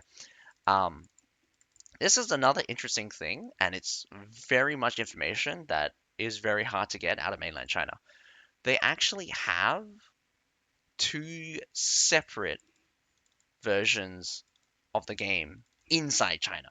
So you have the national mainland China, and then you have the international servers, which actually matchmakes with us sometimes. Which I think has stopped now because I think they have a population which is more stable, but it's basically what we refer to as the Vanguard server. Anyway, um, so 8 teams will be selected from the national servers. 4 teams will be selected from the international servers because probably international servers have a lower population. And then the remaining 4 teams will be directly invited. Probably the top 4 teams, probably the top 4 teams from the most recent tournament. Again, I assume that the mainland China probably has more frequent tournaments than probably the CBL from outside. Oh, I take that back. Maybe not.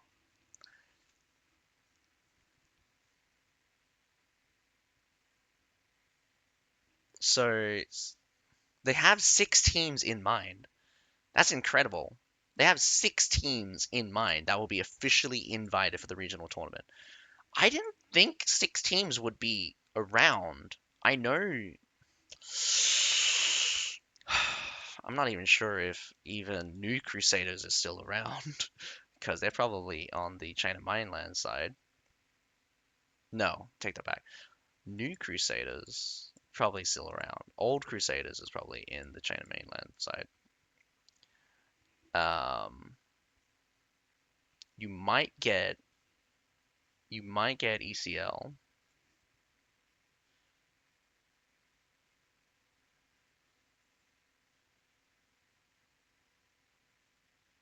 Yeah, I don't really keep up with a lot of TW stuff, so I'm not really sure who would still be around. Teams are just not teams are just not like team names are just not my thing right now because I don't keep them on hand because they just the performance and the players just not stick out. Anyway, the Asia Pacific division will have 16 teams selected for the regional qualifier, including 6 official invitations. 10 teams will be selected from the Asia Pacific division for the regional tournament from regional qualifiers. These servers include Jade Rock Creek, Lotus Ash Sea, Dragon Rise Island, Sandstone Gorge, Espada Forest, Excalibur, Khan of Heaven, and Eastern Conquest. Eastern Conquest should not be here because they don't get ranked. The remaining 6 teams will be directly invited by the officials to participate in the regional tournament. Okay, now here's the thing. They could actually circumvent the requirements because it says the top 15 of your group ranked points. So you could actually have Eastern Conquest players in your team, but they don't can't play ranked, which is really funny. Okay. And then 6 invitations. European division, surprisingly, actually also has 4 teams. So 16 teams will be selected from the regional qualifiers for the regional thing, including 4 invitations. 12 teams will be selected from the European division for the regional tournament from the regional qualifiers. These servers include the Crystal Sea and Sicania. The remaining 4 will be directly invited by officials to participate in the regional tournament. Again, if anyone rejects, this is going to be super like man, I'd be getting my team together. They probably already informed the teams. They probably already informed the teams about the official invite. Americans division. 8 teams will be selected from the regional qualifiers for the regional. Okay, so there's no invitations for the Americans. Regional qualifiers for the regional tournament. Details are as follows. 8 teams will be selected from Americans Division for the regional tournament. For regional qualifiers, these servers involved Eagle Range and Espada Forest. Cool. Holy cow. Rules for team and player names. Team naming rules. The team names in the CBL server is the same as the house name created by the team leader for the global event consistency. Team names can currently only consist of English letters and numbers, with a character requirement of 4 to 32 characters. The heck? Names must not contain any insults or discriminatory meaning. If found, the team will be disqualified directly. Teams must provide an abbreviation consisting of 3 to 4 characters. In special case, abbreviations with meanings can be determined and publicly announced after communication with the official team. Officials reserves the right to modify team names or abbreviations based on actual circumstances. Individual naming rules. The character name in the CBL server is the individual's name. The format is team abbreviation underscore individual's nickname with no restrictions on the individual name. For example, if a team abbreviation is Boom and their character name is Leon, the name would be Boom underscore Leon. The names must not contain any insult or discriminating meaning. If found, the team will be disqualified directly. Players with names that do not meet the naming rules are not allowed to participate. Officials reserve the right to modify individual names or abbreviations based on the actual circumstances. Yeah, great. I mean, too many times people got away with penis or ah man, like some of the old some of the like older tournaments, you would have people that had really funny names just pop up.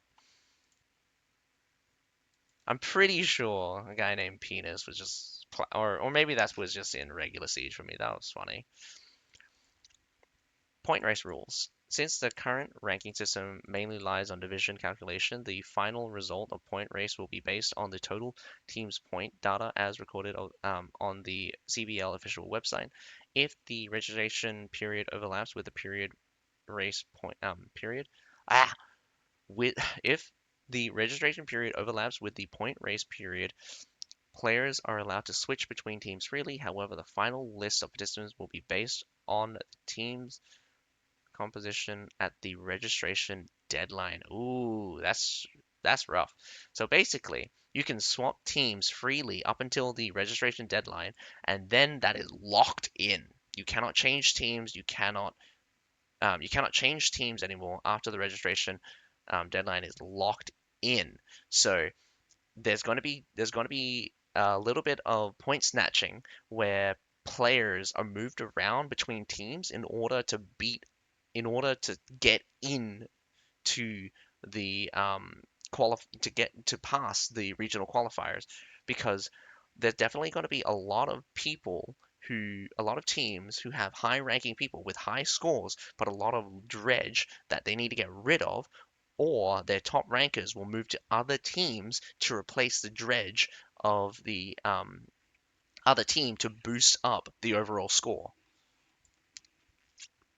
At the start of the point race, players who have not joined a team but have any score changes from participating in the rank will also be included in the point rank calculation. For example, if CN Leon does not choose a team at the start of the point race on June 20th, but continues to participate in the rank battle and join a team on June 29th, the points earned from participating in the ranked battles from June 20th to June 19th will still be calculated for CN Leon.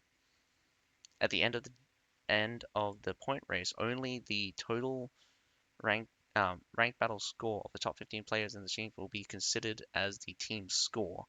Point race notices: if a team leader has characters on multiple servers or multiple characters on the same server, the point calculation will be based on the servers where the character with the highest ranked battle score is located. If the team member have characters on multiple servers or multiple characters on the same server, the server where the team leader is located will be used. Whoa, that's very important.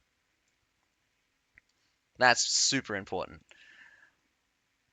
If team members have characters on multiple servers or multiple characters on the same server, the server where the team leader is located will be used to calculate the point race. So if you have multiple characters, delete them, because you only want one character to have all the points. If you're really serious about this and you don't want to confuse the devs, because they're not going to, because it definitely does not look like they're going to go through all of your characters and find the highest ranking character and then calculate your points from that. Though I'm pretty sure it should be fairly easy to do that, but duplicate registrations are prohibited. Yep. So if a player is found to have created multiple characters and joined multiple teams on the CBL server during calculation, the character's eligibility will be revoked, and the team will not be allowed to add a replacement. Whoa, that's brutal. Forming teams across different server sequences, such as blah blah blah blah blah blah, is not allowed. Oh, this is in the context of the China mainland thing. Members belonging to different server sequences will be considered invalid registration, and their team. Oh, wait. Forming teams across different server sequences, such as not allowed. Members belonging to different server sequences will be. This is literally just for China. So national servers and international servers are not allowed to mix teams. That's kind of sad. Um, but I think this can be circumvented mostly by the fact that they probably are two separate versions. So it's kind of the same thing with the Espada Forest players. If they have a character and they play a character on the Asia server, they can probably match up with a team on the Asia server as long as they stay as that character. You can't play on the NA server and then try to be in a team on sorry, in the NA server and then try to be in a team in the Asia server, because that just doesn't work.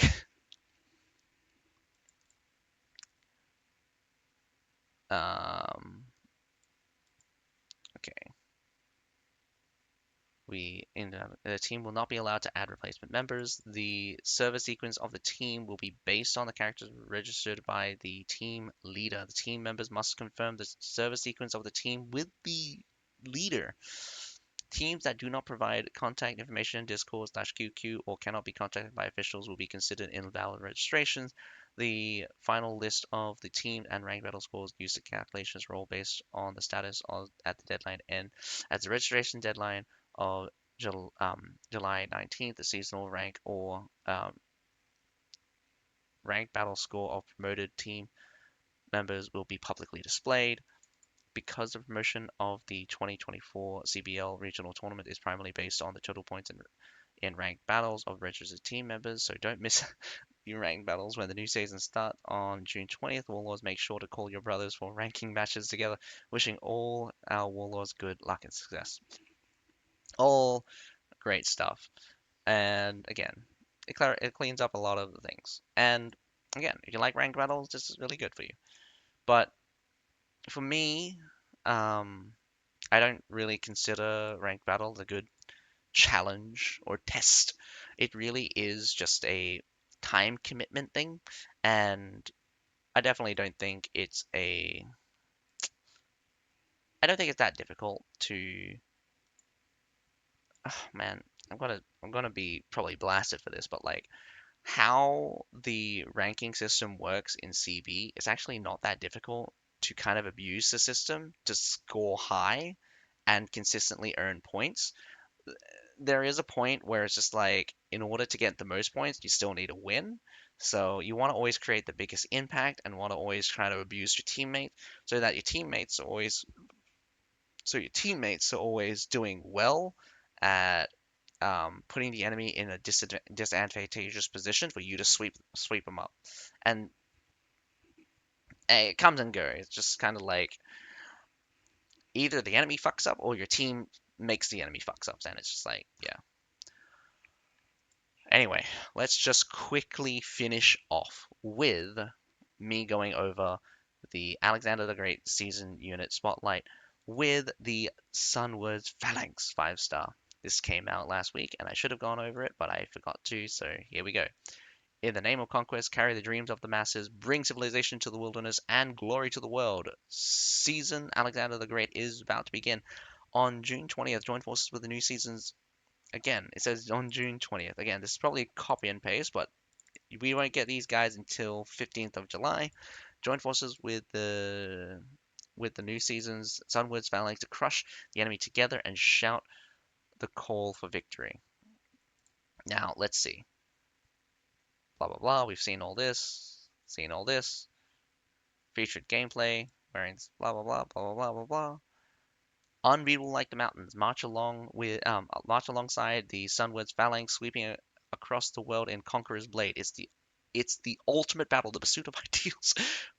Oh man. For more information, yeah. The final effect is subject to actual in-game performance after season launch. So, yeah. All of that being read, I hope you guys enjoy watching this with me, because when I watched this, it was super hype. And of course it bloody. Please just work. Otherwise I'll go to YouTube.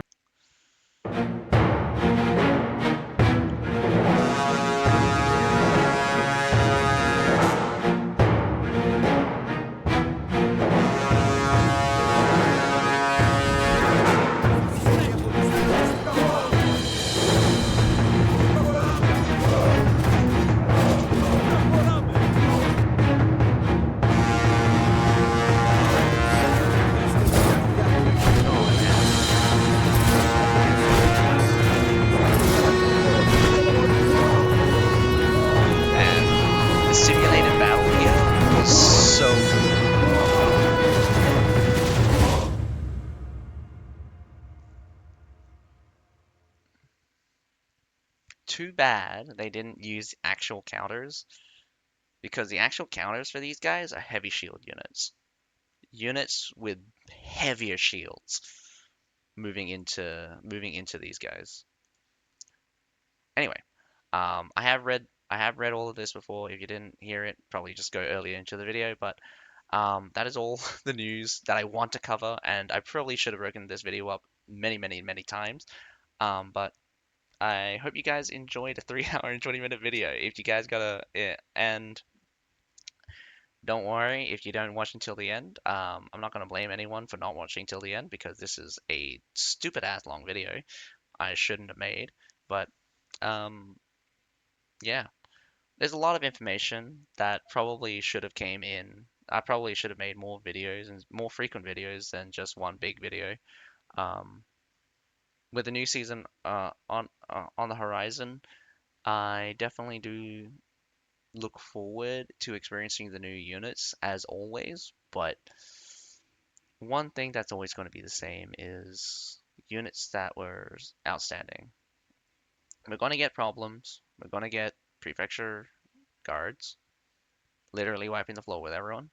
Halberdiers probably going to be wiping the floor with everyone. Surprising pickup will be the Iron Cap Scout. Sorry, not Iron Cap Scout. Iron Cap Scouts as well are going to just wipe out everyone. But the Iron Cap Spearmen definitely going to be a surprise pick. It's actually very, very good at its job. And in tier 3, it's just going to be excellent. But that being said as well, we also have the Rattan Marksman and we have the Incendiary Archers, which is a little bit sleeper. But again, Rattan Marksmen have a much greater effect and um, will basically smash everyone to oblivion. You also have Outriders just doing the same thing, also the Zycilian Militia, which like got buffed to high heaven, that now basically beats up tier fours and fives. Uh, it's going to be easy picking to beat up tier threes. So we've got a lot of problems still in the game, but how they deal with that, I'm excited to see that CBL is coming back, but I don't have very much hope for CBL to look good until they fix a lot of issues with the balance, and that is stopping, sorry, what I mean, not stopping, making collision important again. Like, stop having units literally just phase into one type blob. If they can somehow get it so that they don't just have 50 units just stacked onto one space.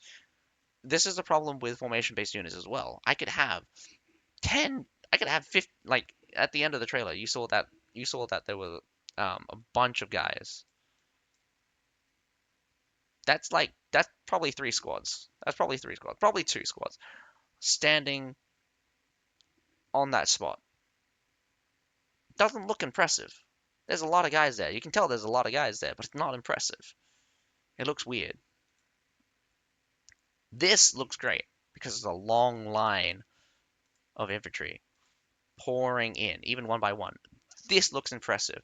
Even though these guys are scrunched up, all of these guys spread out. Lines and lines of pikes. Amazing. And again, from this angle, even better. Looks amazing. But yeah, they've got problems to fix. Hope they fix them, and I hope they move in a direction away from the current direction that they've been going. Because if they keep going in this current direction, I mean, again, there's only. I mean, I have to believe that the the they're just never going to fix them, and it's just like, am I just waiting for my next? Am I just waiting for my next game, or am I just sitting here in the dark in the corner, just like I'm going insane trying to think that this thing's going to change, but it just keeps abusing me, and I'm just like, why am I staying? It's not like the door is locked. I can leave at any time, but I stay in the corner in this room because I want to see the light, but there's no light. Yeah, a lot of depression and moping about. That's it. Hope you guys enjoyed the video. My name's Atsukai. Have a nice day. Bye for now.